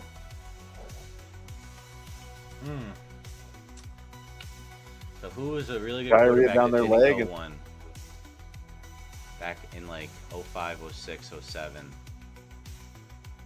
I can't think. This sucks. Say one more time. So it was a top 5 overall pick during the 2000s, and Jeremy Mincy got his first career sack against him in 2007. My brain's only thinking of number 1 picks, and I just don't even want to bother saying it. You want me to take a guess? I'll take my guess first. I'm going to say Matty Ice. No. What do you got? Marcus Russell? No. All right, you guys Marcus Russell. You guys all right? You guys are out again. Fish, you had the right idea. You should have stuck with the team he played with. Stayed in the same division. It's Vince Young. Why do you have to look at it? You knew what it was. If I thought a little bit longer, I would have ended up on Vince Young. The best college football game of all time, in my opinion. USC Texas Rose Bowl. Yep, and I know exactly where I was when I was watching. I do too. I was at my buddy's house. We were all watching together. It was great. All right, Speedy, where are you going? Bottom left. All right, here it is. Oh my God. The Speedster. All right. We're All right, in trouble, guys. All right, we'll go to baseball for this one. So the Texas Rangers missed the I playoffs farted. this year with a run differential that was, I believe, was plus 90, which is the second most since they expanded the playoffs in 2012. There was one team that was higher who actually did miss it in 2012 with a run differential plus 120. American League. Name this team. 2012, Jabba, you were around. I know. That's why I'm looking. I like you said you're 12. looking. You're like looking into like the back of your brain to try to find this knowledge. Say that one more Yeah, time. So trying this to team do in 2012, an Oh. American League team, missed the playoffs when they first expanded the playoffs to 5 teams with a run differential of plus 120. It was good back then. That would have. I know. That was just trying to think. That would have been my second to last year in New York. Yes. I don't think it was you guys that year, so because you guys were No. Yeah. I'll take a guess. What do you got? Go for The it. Mariners. Nope. Not a big run. Cleveland? Nope. It would be someone with good pitching because the run differential, right? You would think. You said Texas. It's not Texas. Oh, 2012 wasn't Felix Hernandez on it? He was. He was. Yeah, on It's the a good Mariners. point. It's a good point. That's why I was trying to think. Like, who was the stud that year? Who? I'm gonna go Cleveland. Jared guessed Cleveland. It was wrong already. Oh, Sorry. so damn. That's a good guess because like didn't they have like Cliff Lee and No, Cliff Lee is was someone else by now. he already gone? Philadelphia. He was Was it the Phillies? I wanted that guy to be on the Yankees so many times. And American League, Chopper. American League. Yeah, it's an Yeah, American. no. I'm No, trying to I think. was wrong Good, about the timeline. good pitching. Because that wasn't that the year R.A. Dickey won the Cy Young. Yes, and he was a Met then. And I know it wasn't the Mets. God, what? Well, it has who to be scored a some- lot? Maybe it's the other way around. Maybe it's just scored a lot, but had terrible pitching. That's the way I was thinking. So I was gonna in 2000. They were the Angels. Nope. Toronto. No. Fish, you did have the right philosophy. It is Jared. No, Jared guessed Cleveland already. You had the right philosophy, Fish. It is a team that develops very good pitching, and that year it was David Price, James Shields, and Matt Garza. Oh, the Rays. Damn. Was that they had Andy Sonnenstein and all those guys? Ah, man. Was it James Shields? I think still Yeah, too. that's why I said James Shields, Matt Garza, love David Shields. Price. Yeah. Wade Davis. Yeah, Wade Davis when he was young. Yeah. Yeah. James Shields was hot and cold every single. And then he infamously allowed a home run to Bartolo Colon. Bartolo. By the way, Bartolo, great teammate and sneaky one of the most athletic people you couldn't even believe. Jabba, I've mentioned this on the show before. The greatest upset to first base, him fielding the ball and outrunning D. Gordon when D. Gordon was with Miami. Oh, he was one of the funniest teammates too. He would literally he would come in after the first if he gave up a hit, and he'd be like, "Damn it, they broke up my no hitter." Every time, it was hilarious. He was awesome. His home run's one of the most hilarious things. That And it wasn't a squeaker either. He hit that thing. Got all of it. I still remember there was I think the game that I've seen one guy own a star pitcher the most. It was A-Rod versus Bartolo Colon when he was on the Angels, and I think he had 3 homers and 10 RBIs in one game, all off of Bartolo Colon. It was just absolutely absurd. Maybe with the first 2 were off of him. All right, now the real question: how does that compare with Adam Lynn's stats versus Java? Hey man, doggy, he had 500 off me. Bartolo Colon has the biggest head, dude. I got a chance to meet him a couple of times. We saw him at a card show recently. Yeah. He's got a big head. That guy's got a big head. He's bigger. He's a lot bigger in person than you can even imagine. When you look at him, you just think he's short and stocky, but he's not. He's actually pretty tall. Yeah. And but he's got a big head. Jabba, I don't know if you know this, but I actually went to his bobblehead day 2 years ago, and apparently he came out with his own cologne. Yes, he came out with his own. I love it. Yes. It's crazy. You'd be surprised. I didn't know this was a thing until obviously, I get to the big leagues. But a lot of the Latin dudes wear cologne before games. I'm like, really? And they're like, yeah. And then I started noticing it, and they all had cologne in their lockers. But each guy was a specific smell. It was only one type. It wasn't like they, put different ones on. I was like, whoa. Mm-hmm.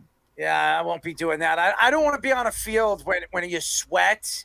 I'll tell you this. This is one of the stupidest, dumbest things a hockey player could do.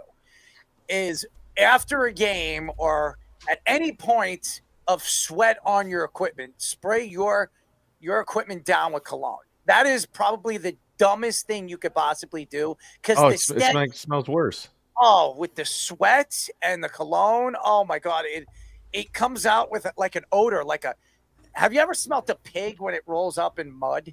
That's what it smells like when it comes to spraying your equipment as a hockey player with cologne. You don't do that.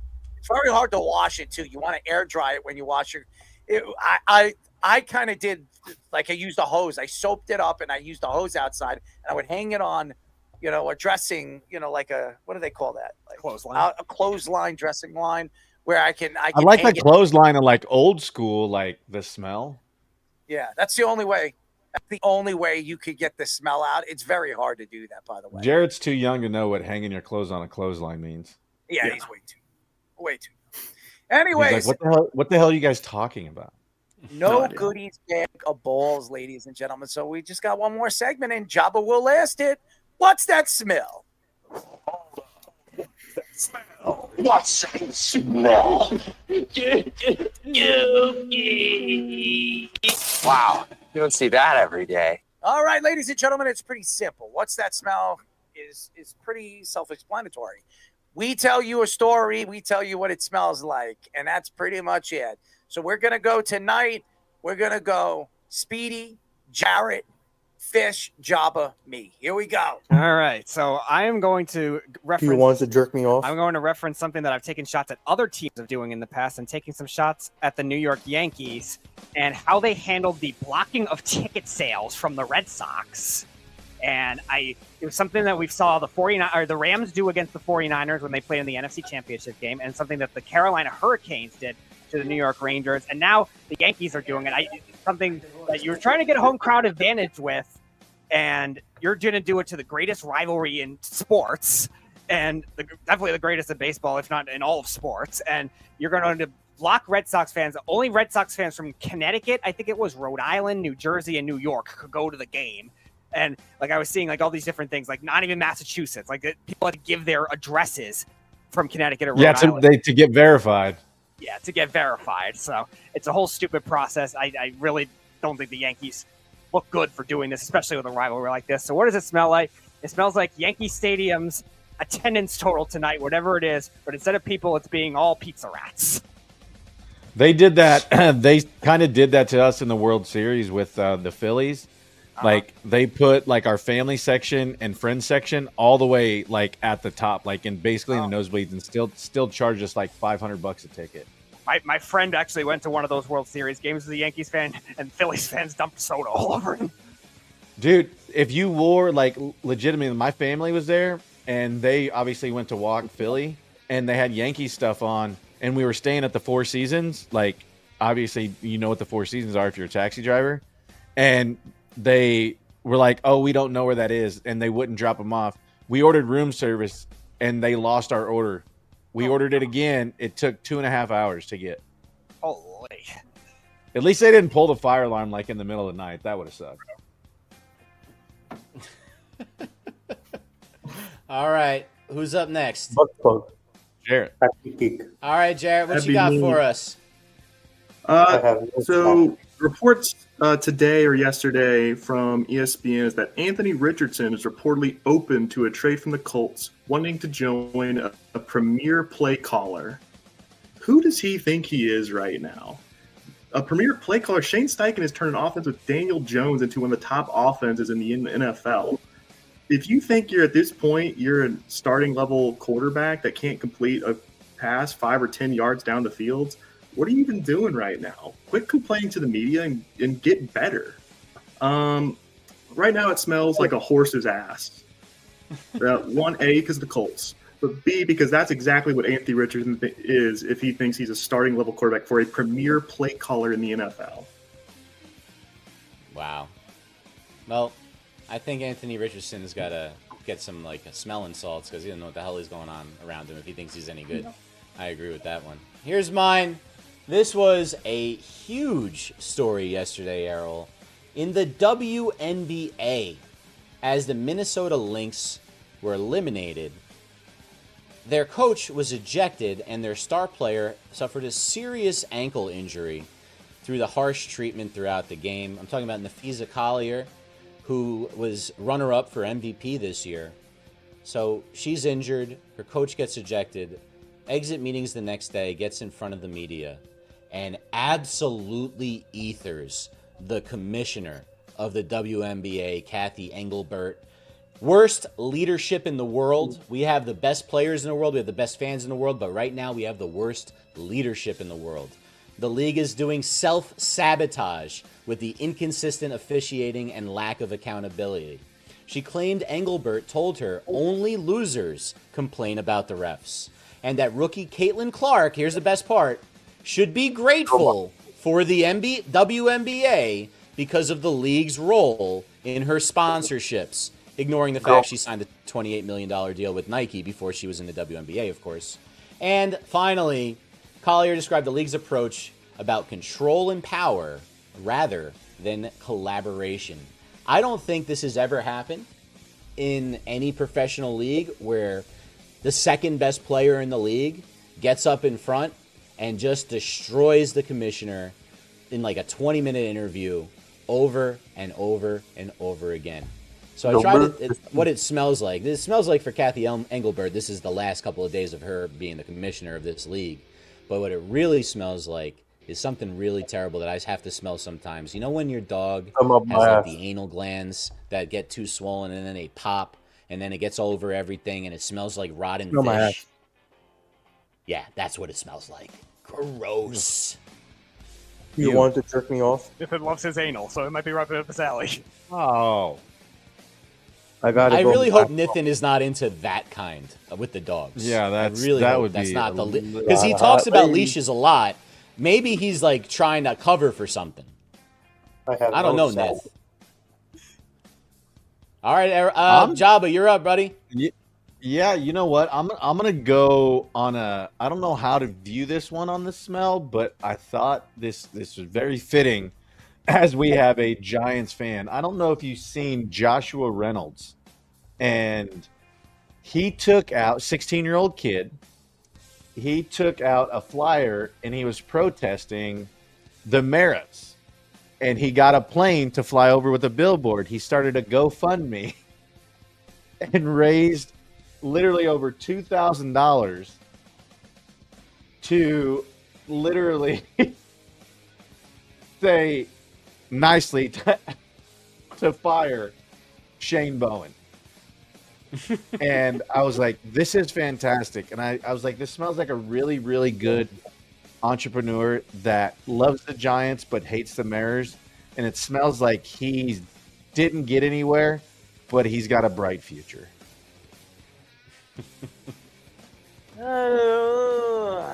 All right, ladies and gentlemen, the final What's That Smell goes to the Super Bowl halftime show. Yes, ladies and gentlemen, there was a story that came out today. Very interesting. It says that Trump's advisor says that ICE agents will be at the Super Bowl now that Bad Bunny will be hosting the halftime show. It's so interesting. And by the way, if you don't know who ICE is, well, just look it up. It's a pretty funny story because out of all the people that the list of guys and women that were going to be picked to do the halftime show, they chose Bad Bunny. And as soon as that happened, it was on, if I'm not mistaken, it was on Monday Night Football. It was an announcement and halftime. This story came out maybe 72 hours ago. And now this story is starting to, starting to grow legs. And now everybody's saying, well, you picked this, you picked that. What does that smell? It smells like, I don't know. It smells like, I wouldn't say horses. A cow's ass with a mushroom growing out of it. Okay, that's what it smells. All right, that's you know what that means. Anybody that knows anything about mushrooms, you know what that means. I mean, and if you pop one of those things, you'll be seeing green streaks in Speedy's underpants, and that definitely smells. Anyways. There you go, Speedy. That graphic. By the way, if people don't know, Bad Bunny was chosen to be the halftime show at the Super Bowl. And what is it? Super Bowl 54, right? 60. Why would I say 54? 60. Yeah, in San Francisco. So anybody wants to go buy tickets right now are up. If you go right now on Ticketmaster, well, it's not Ticketmaster. You go on any other appliances. I think tickets are right now up at $10,000. So good luck. Enjoy. To sit where? Up all the way in the booties. Whoa. That's wild. You couldn't pay me $10,000 to sit in the freaking nosebleeds. $10,000. So good luck on anybody who wants tickets to go see Bad Bunny in the halftime show. Thank you. I'll pass. Thank you. Anyways, I just thought that was an interesting story. There's really nothing out there, and it's fun. It's not funny, but it's funny that out of all the people they picked, and Taylor Swift was making a pitch. She was pushing. There was something that she put in it that the NFL said no. Yeah, she made a pitch. Miley Cyrus made a pitch, and somebody else actually made a pitch too. Adele was the other one that made a pitch, and they picked Bad Bunny. So. Adele could sing the ABCs to me, and I would be happy. So it was 3 women that made the pitch, and they chose Bad Bunny, who's big on the Billboard charts. His album is one of the bigger albums this past year, and he's one of only 3 artists to have over 100 billion on Spotify. Yeah, Can you name the other 2? Ed Sheeran, Taylor Swift. Yep. Rihanna. Swift. Nope. Kendrick Lamar. Nope. Close. Eminem. Drake. Nope. Durante. Think like no. It's a dude. It's a dude. But started when they were young. That should give it away. I don't know.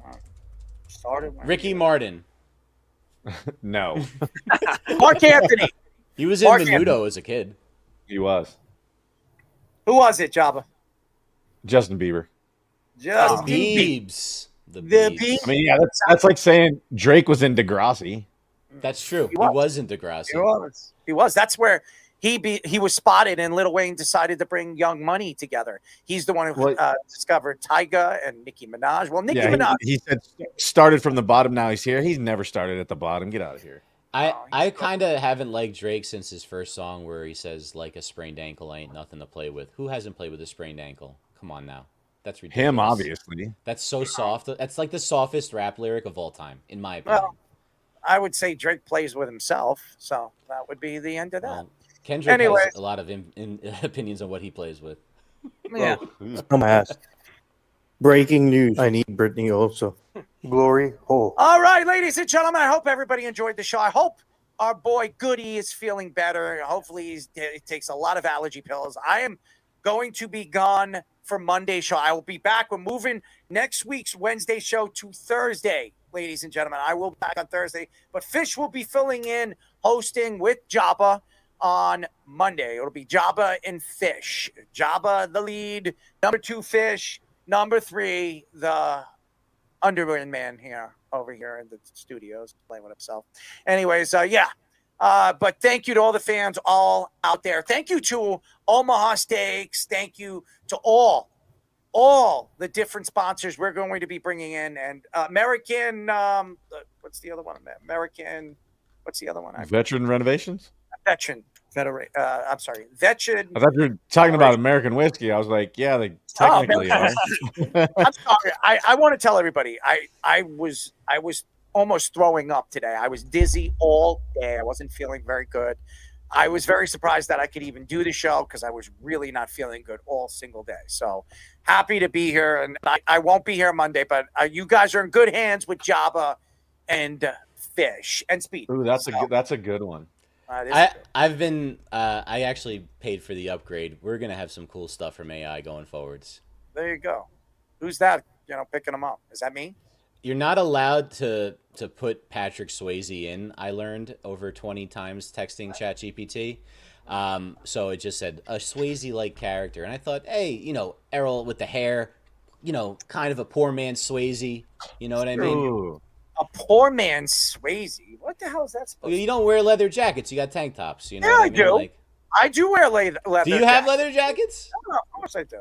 He wears leather. He wears leather. He wears leather when he competes for the Guinness Book of World Records. I have some nice leather jackets with hoodies and everything. It looks good. Anyways, thank you to all the fans on Spotify and Apple on the video and the audio section of it. We really appreciate you guys. Thank you to YouTube fans. Thank you to Twitter or X fans, Instagram, Facebook, TikTok, Job in the Mouth, World Sports Radio Network. Again, thank you to our sponsors. We really appreciate you guys. We're moving forward next week on Monday. Who do we have on the show? Nothing yet for Monday, but Nathan was able to get on Thursday. So the CEO and a celebrity chef we have on that was going to be on Monday originally will be able to join on Thursday at 8:45. So CEO Jean Butler is her name, Encourage Kids Foundation, a nonprofit organization. And then the celebrity chef is Glenn Rolnick, who is the lecturer of culinary operations at A La Carte Restaurant Group, and also involved with, I know one of my favorites, if not my favorite Italian restaurant in Java, one of your favorite Italian restaurants in Carmine's. He's involved in that as well.